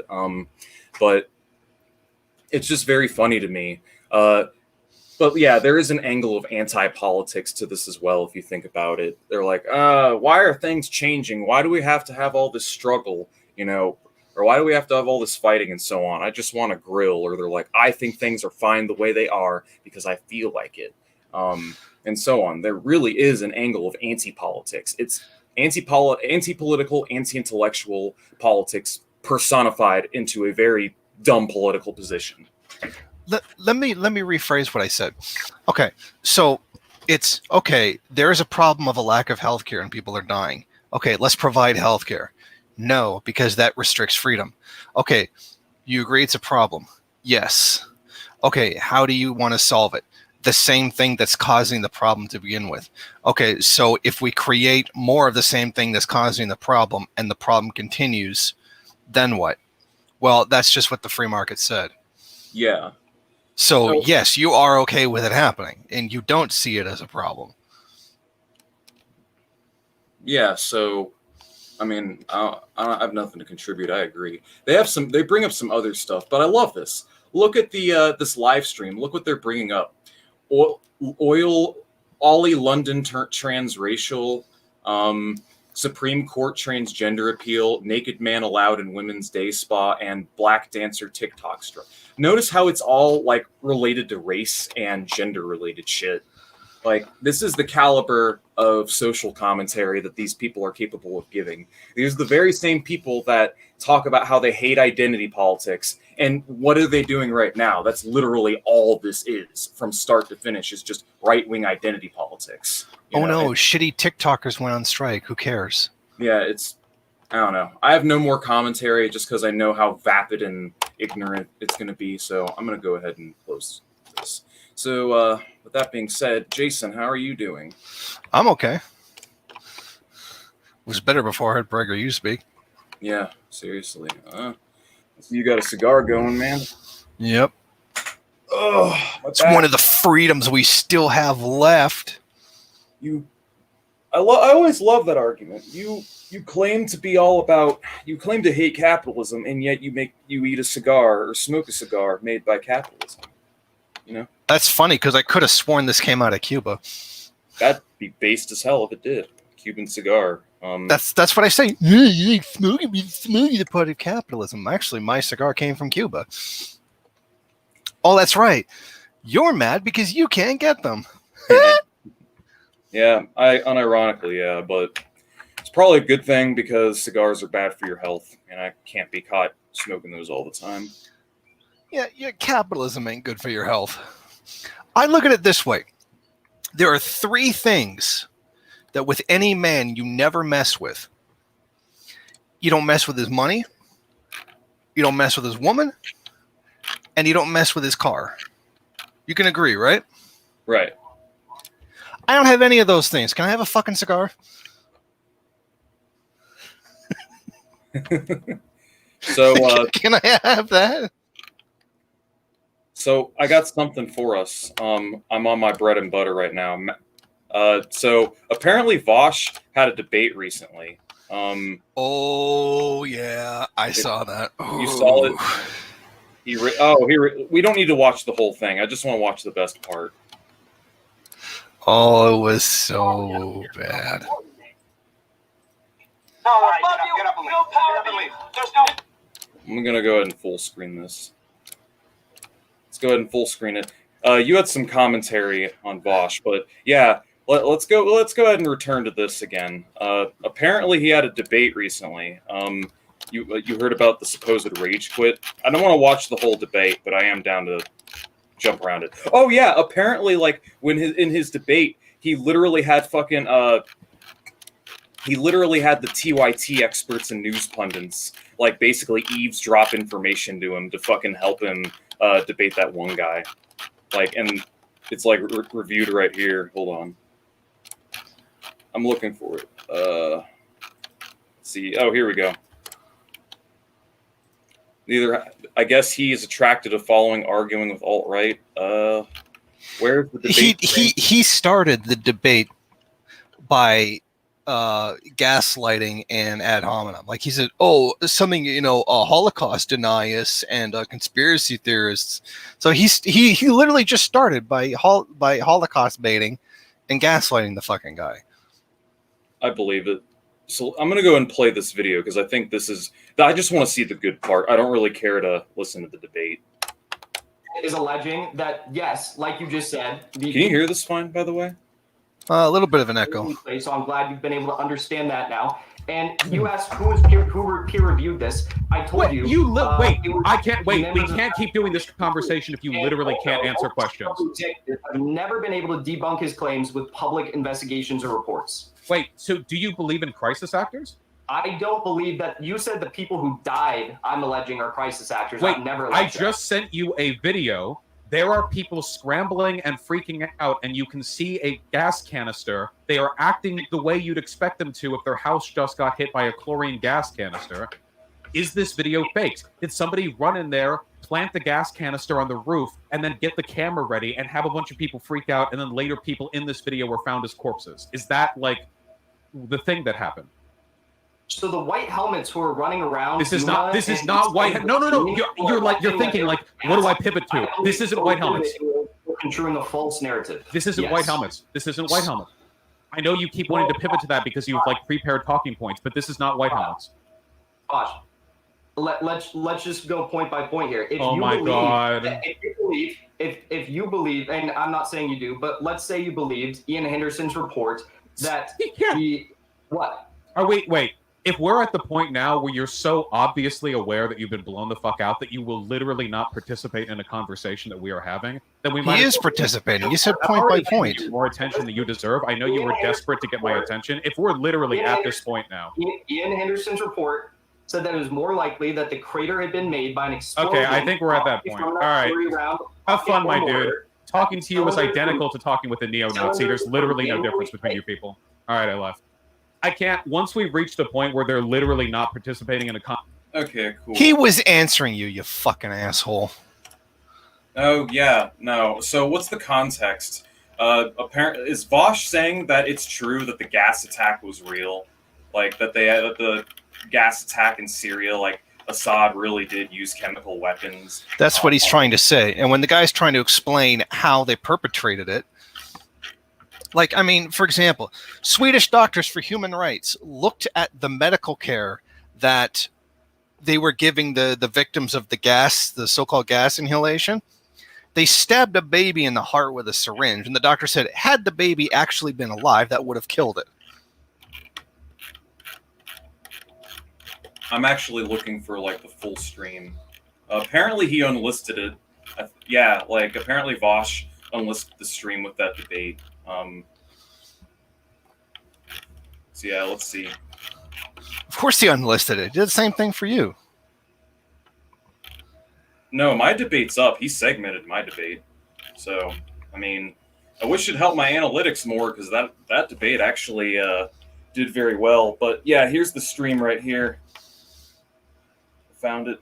So, when is the debate? Identify that, and I'm not going to act like me being some YouTube streamer has any more information on the subject than what they have provided. But they did leave open the avenue that if there was a non-chemical related attack, and they also said they weren't able to find any sort of outlying evidence that suggested that there was a chemical attack. All right, I don't want to watch this in all honesty. I really just want to get to the good part. But you've seen the debate, right? Yeah. Just go ahead and give a summary of it because, in all honesty, I don't really feel like watching. Basically, the guy came with here's all of the evidence that it's not real. It was staged. Vaush said, "Lol, Assad apologist." Oh, that's it. And then say, "Here's video of people running away." Okay, yeah. Well, we're not saying that something didn't happen. We're saying it's not what it's being portrayed as. Like I said previously with Swedish Doctors for Human Rights, they said that, okay, yeah, this footage of the white helmets rescuing people from chlorine gas inhalation, it's fake. They said this isn't medical care. But the one thing where they stabbed a baby in the heart with a syringe said, if the baby were not already dead, that would have killed it. So they weren't actually saving a baby. The baby was already dead. And if it wasn't, they just murdered it. I'm guessing it was dead by the fact it wasn't moving. Yeah. So does anyone know about the clip he's talking about at the end where apparently there's footage of people running away from a chlorine gas attack, and supposedly that's the evidence that Assad did use chemical weapons? Yeah. Basically, yeah, there was an explosion and there was gas in the area. But then when the investigators go in, there's no evidence of chlorine. Right. All right. So that's... But I mean, even on a logical level, a chlorine gas attack is stupid.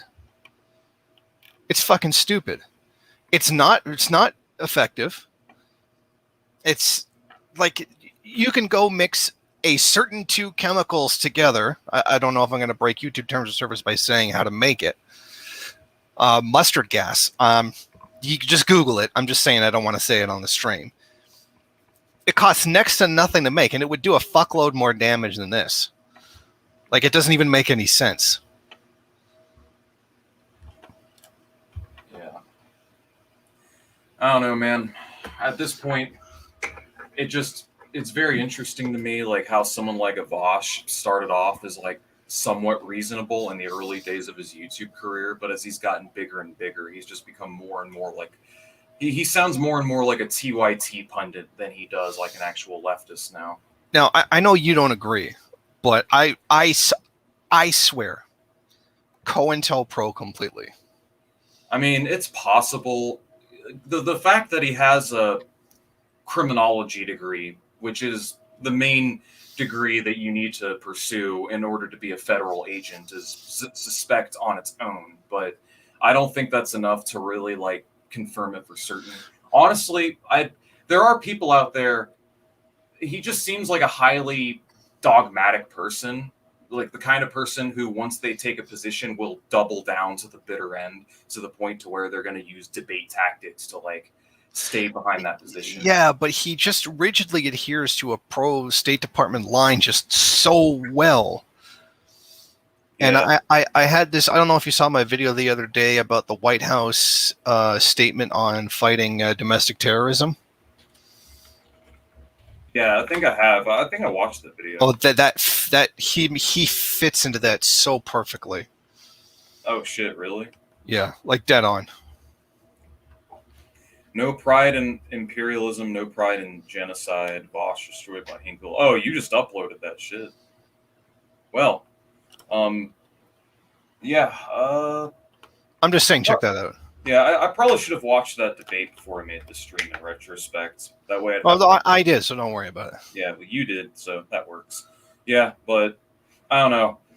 It's very funny to me that he's just going to accuse anyone who challenges the mainstream narrative on a subject of just being like a Holocaust denier, like just denying, just being the equivalent of a neo-Nazi basically, or a Holocaust denier. Yeah, because it's just like it's so disingenuous. disagree with me, you're a Nazi. That's basically it. Yeah. Oh, No. you don't think Lil Peep is the greatest of all time? Nazi.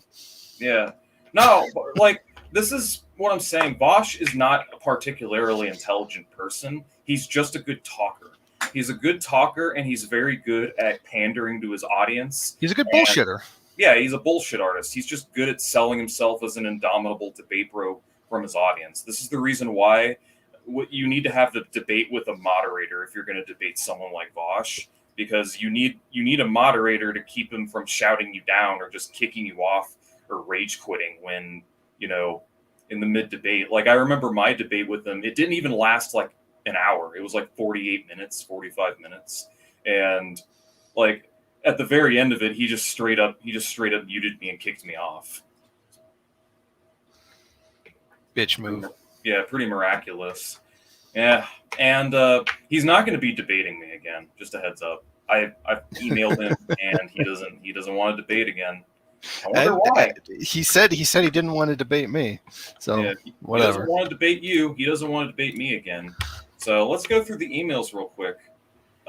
New Patreon. Thank you, comrade. New Patreon. Thank you, comrade.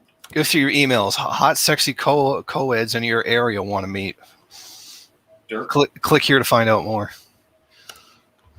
Okay, so I'm gonna go ahead and open this up. I'm gonna show you guys our exchange. I mean, it's not really that interesting, but fuck it, why not? I told him we spoke some time ago. Was wondering if I could. I was admittedly trying to schmooze up to him a bit so I could get back on. I told him same topics. It doesn't have to be now, but preferably sooner the better. This time I won't be under the influence of alcohol because I was drinking last time. And he asked me why I drank, and I told him anxiety, stage fright. Told him I was sorry for my conduct and that I'd like to have him on. And this is what he says. It's just I'm trying to get past the tanky arc. All it has brought me is ruin, and I feel like I've more or less addressed the core ideas. So no, you haven't. I could write back to him, but I'm just not really going to bother with it. I'm going to move on and talk about other shit. Or debate other people. I got past the tanky angle. Right. Yeah, dude. Get the fuck out. Dude, he brings us up like every second to third stream, apparently. So I don't know what he's talking about. Like, he'll bring us up just to kind of shit on us periodically. You mean tankies, right? Yeah, MLs, Marxist-Leninists, tankies, so on. Yeah, we live fucking rent-free in his head. But then again, so do we. Can I look up Jason Hinkle? He is a great leftist. Sure. Jackson. That's the guy he debated. Yeah, he does. I'll watch this debate at a later date. But for now, I'm going to close the stream soon, just because I've been here 3.5 hours, and I mean, I'd like to get off. Hopefully, from this, I'll have enough segments to and you'll be featured in a segment. Congratulations! All right. Yeah. But yeah, I am going to start segmenting these streams. I'm going to leave them unlisted. Anyone who's a Patreon of mine, if you want to see the full stream, you will have to go through my Discord, and you'll have to be given the donator role in order to go through the raw stream logs. I'm including it as a benefit of the Patreon so that you guys, anyone who's missed it, can go rewatch the stream. And I'll make sure to timestamp the stream as well after this, but it's going to be unlisted. But otherwise, if you don't mind being patient, I'm going to download and chop this shit up, and I'm going to upload it one segment at a time. But anywho, Mongolian People's Party, the MPP allows harassment of black women in the organization. I've never heard of them. The Nick Brana Party. But yeah, what's going on with you, Jason? Yeah, you bring up the Mongolian Communist Party. It's interesting. When Mongolia was still socialist, I had members of my family that were acting as missionaries over there, Catholic missionaries. Oh, really? Yeah. Interesting. I was a kid at the time, so I didn't. Oh yeah. I didn't know what that meant, but I know they were Catholic missionaries. I'm not gonna lie, bro. I kind of wish you were in here sooner because I was doing commentary on a Pogan video about like his response to Hakim, and I spent like the first hour and 15 minutes of this stream talking about Ubersoi's response to my video, and I did see some of that. yeah, you know what's so crazy to me is like Pogan fucking the arguments he's making against Hakim are literally the same arguments that Destiny was making against Pogan in his debate because he was arguing in favor of central planning. Like he used to be basically borderline ML. Apparently he used to actually be in favor of planned economy. It's just so weird hearing someone who basically went back to being in favor of markets over planning because of some weak ass appeal to futility or appeal to inefficiency, like just or begging or the question begging the same logical fallacies used by right-wing economists to say like planning's not as efficient or planning can't be done and so on. You know, it's just so weird to me.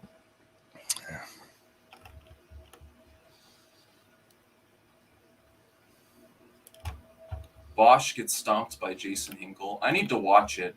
This is one of those things. That's what I almost feel like these debates are just so useless because everyone who likes Vaush is going to think he won. Everyone who likes Jason is going to think that, or Jackson is going to think that he won.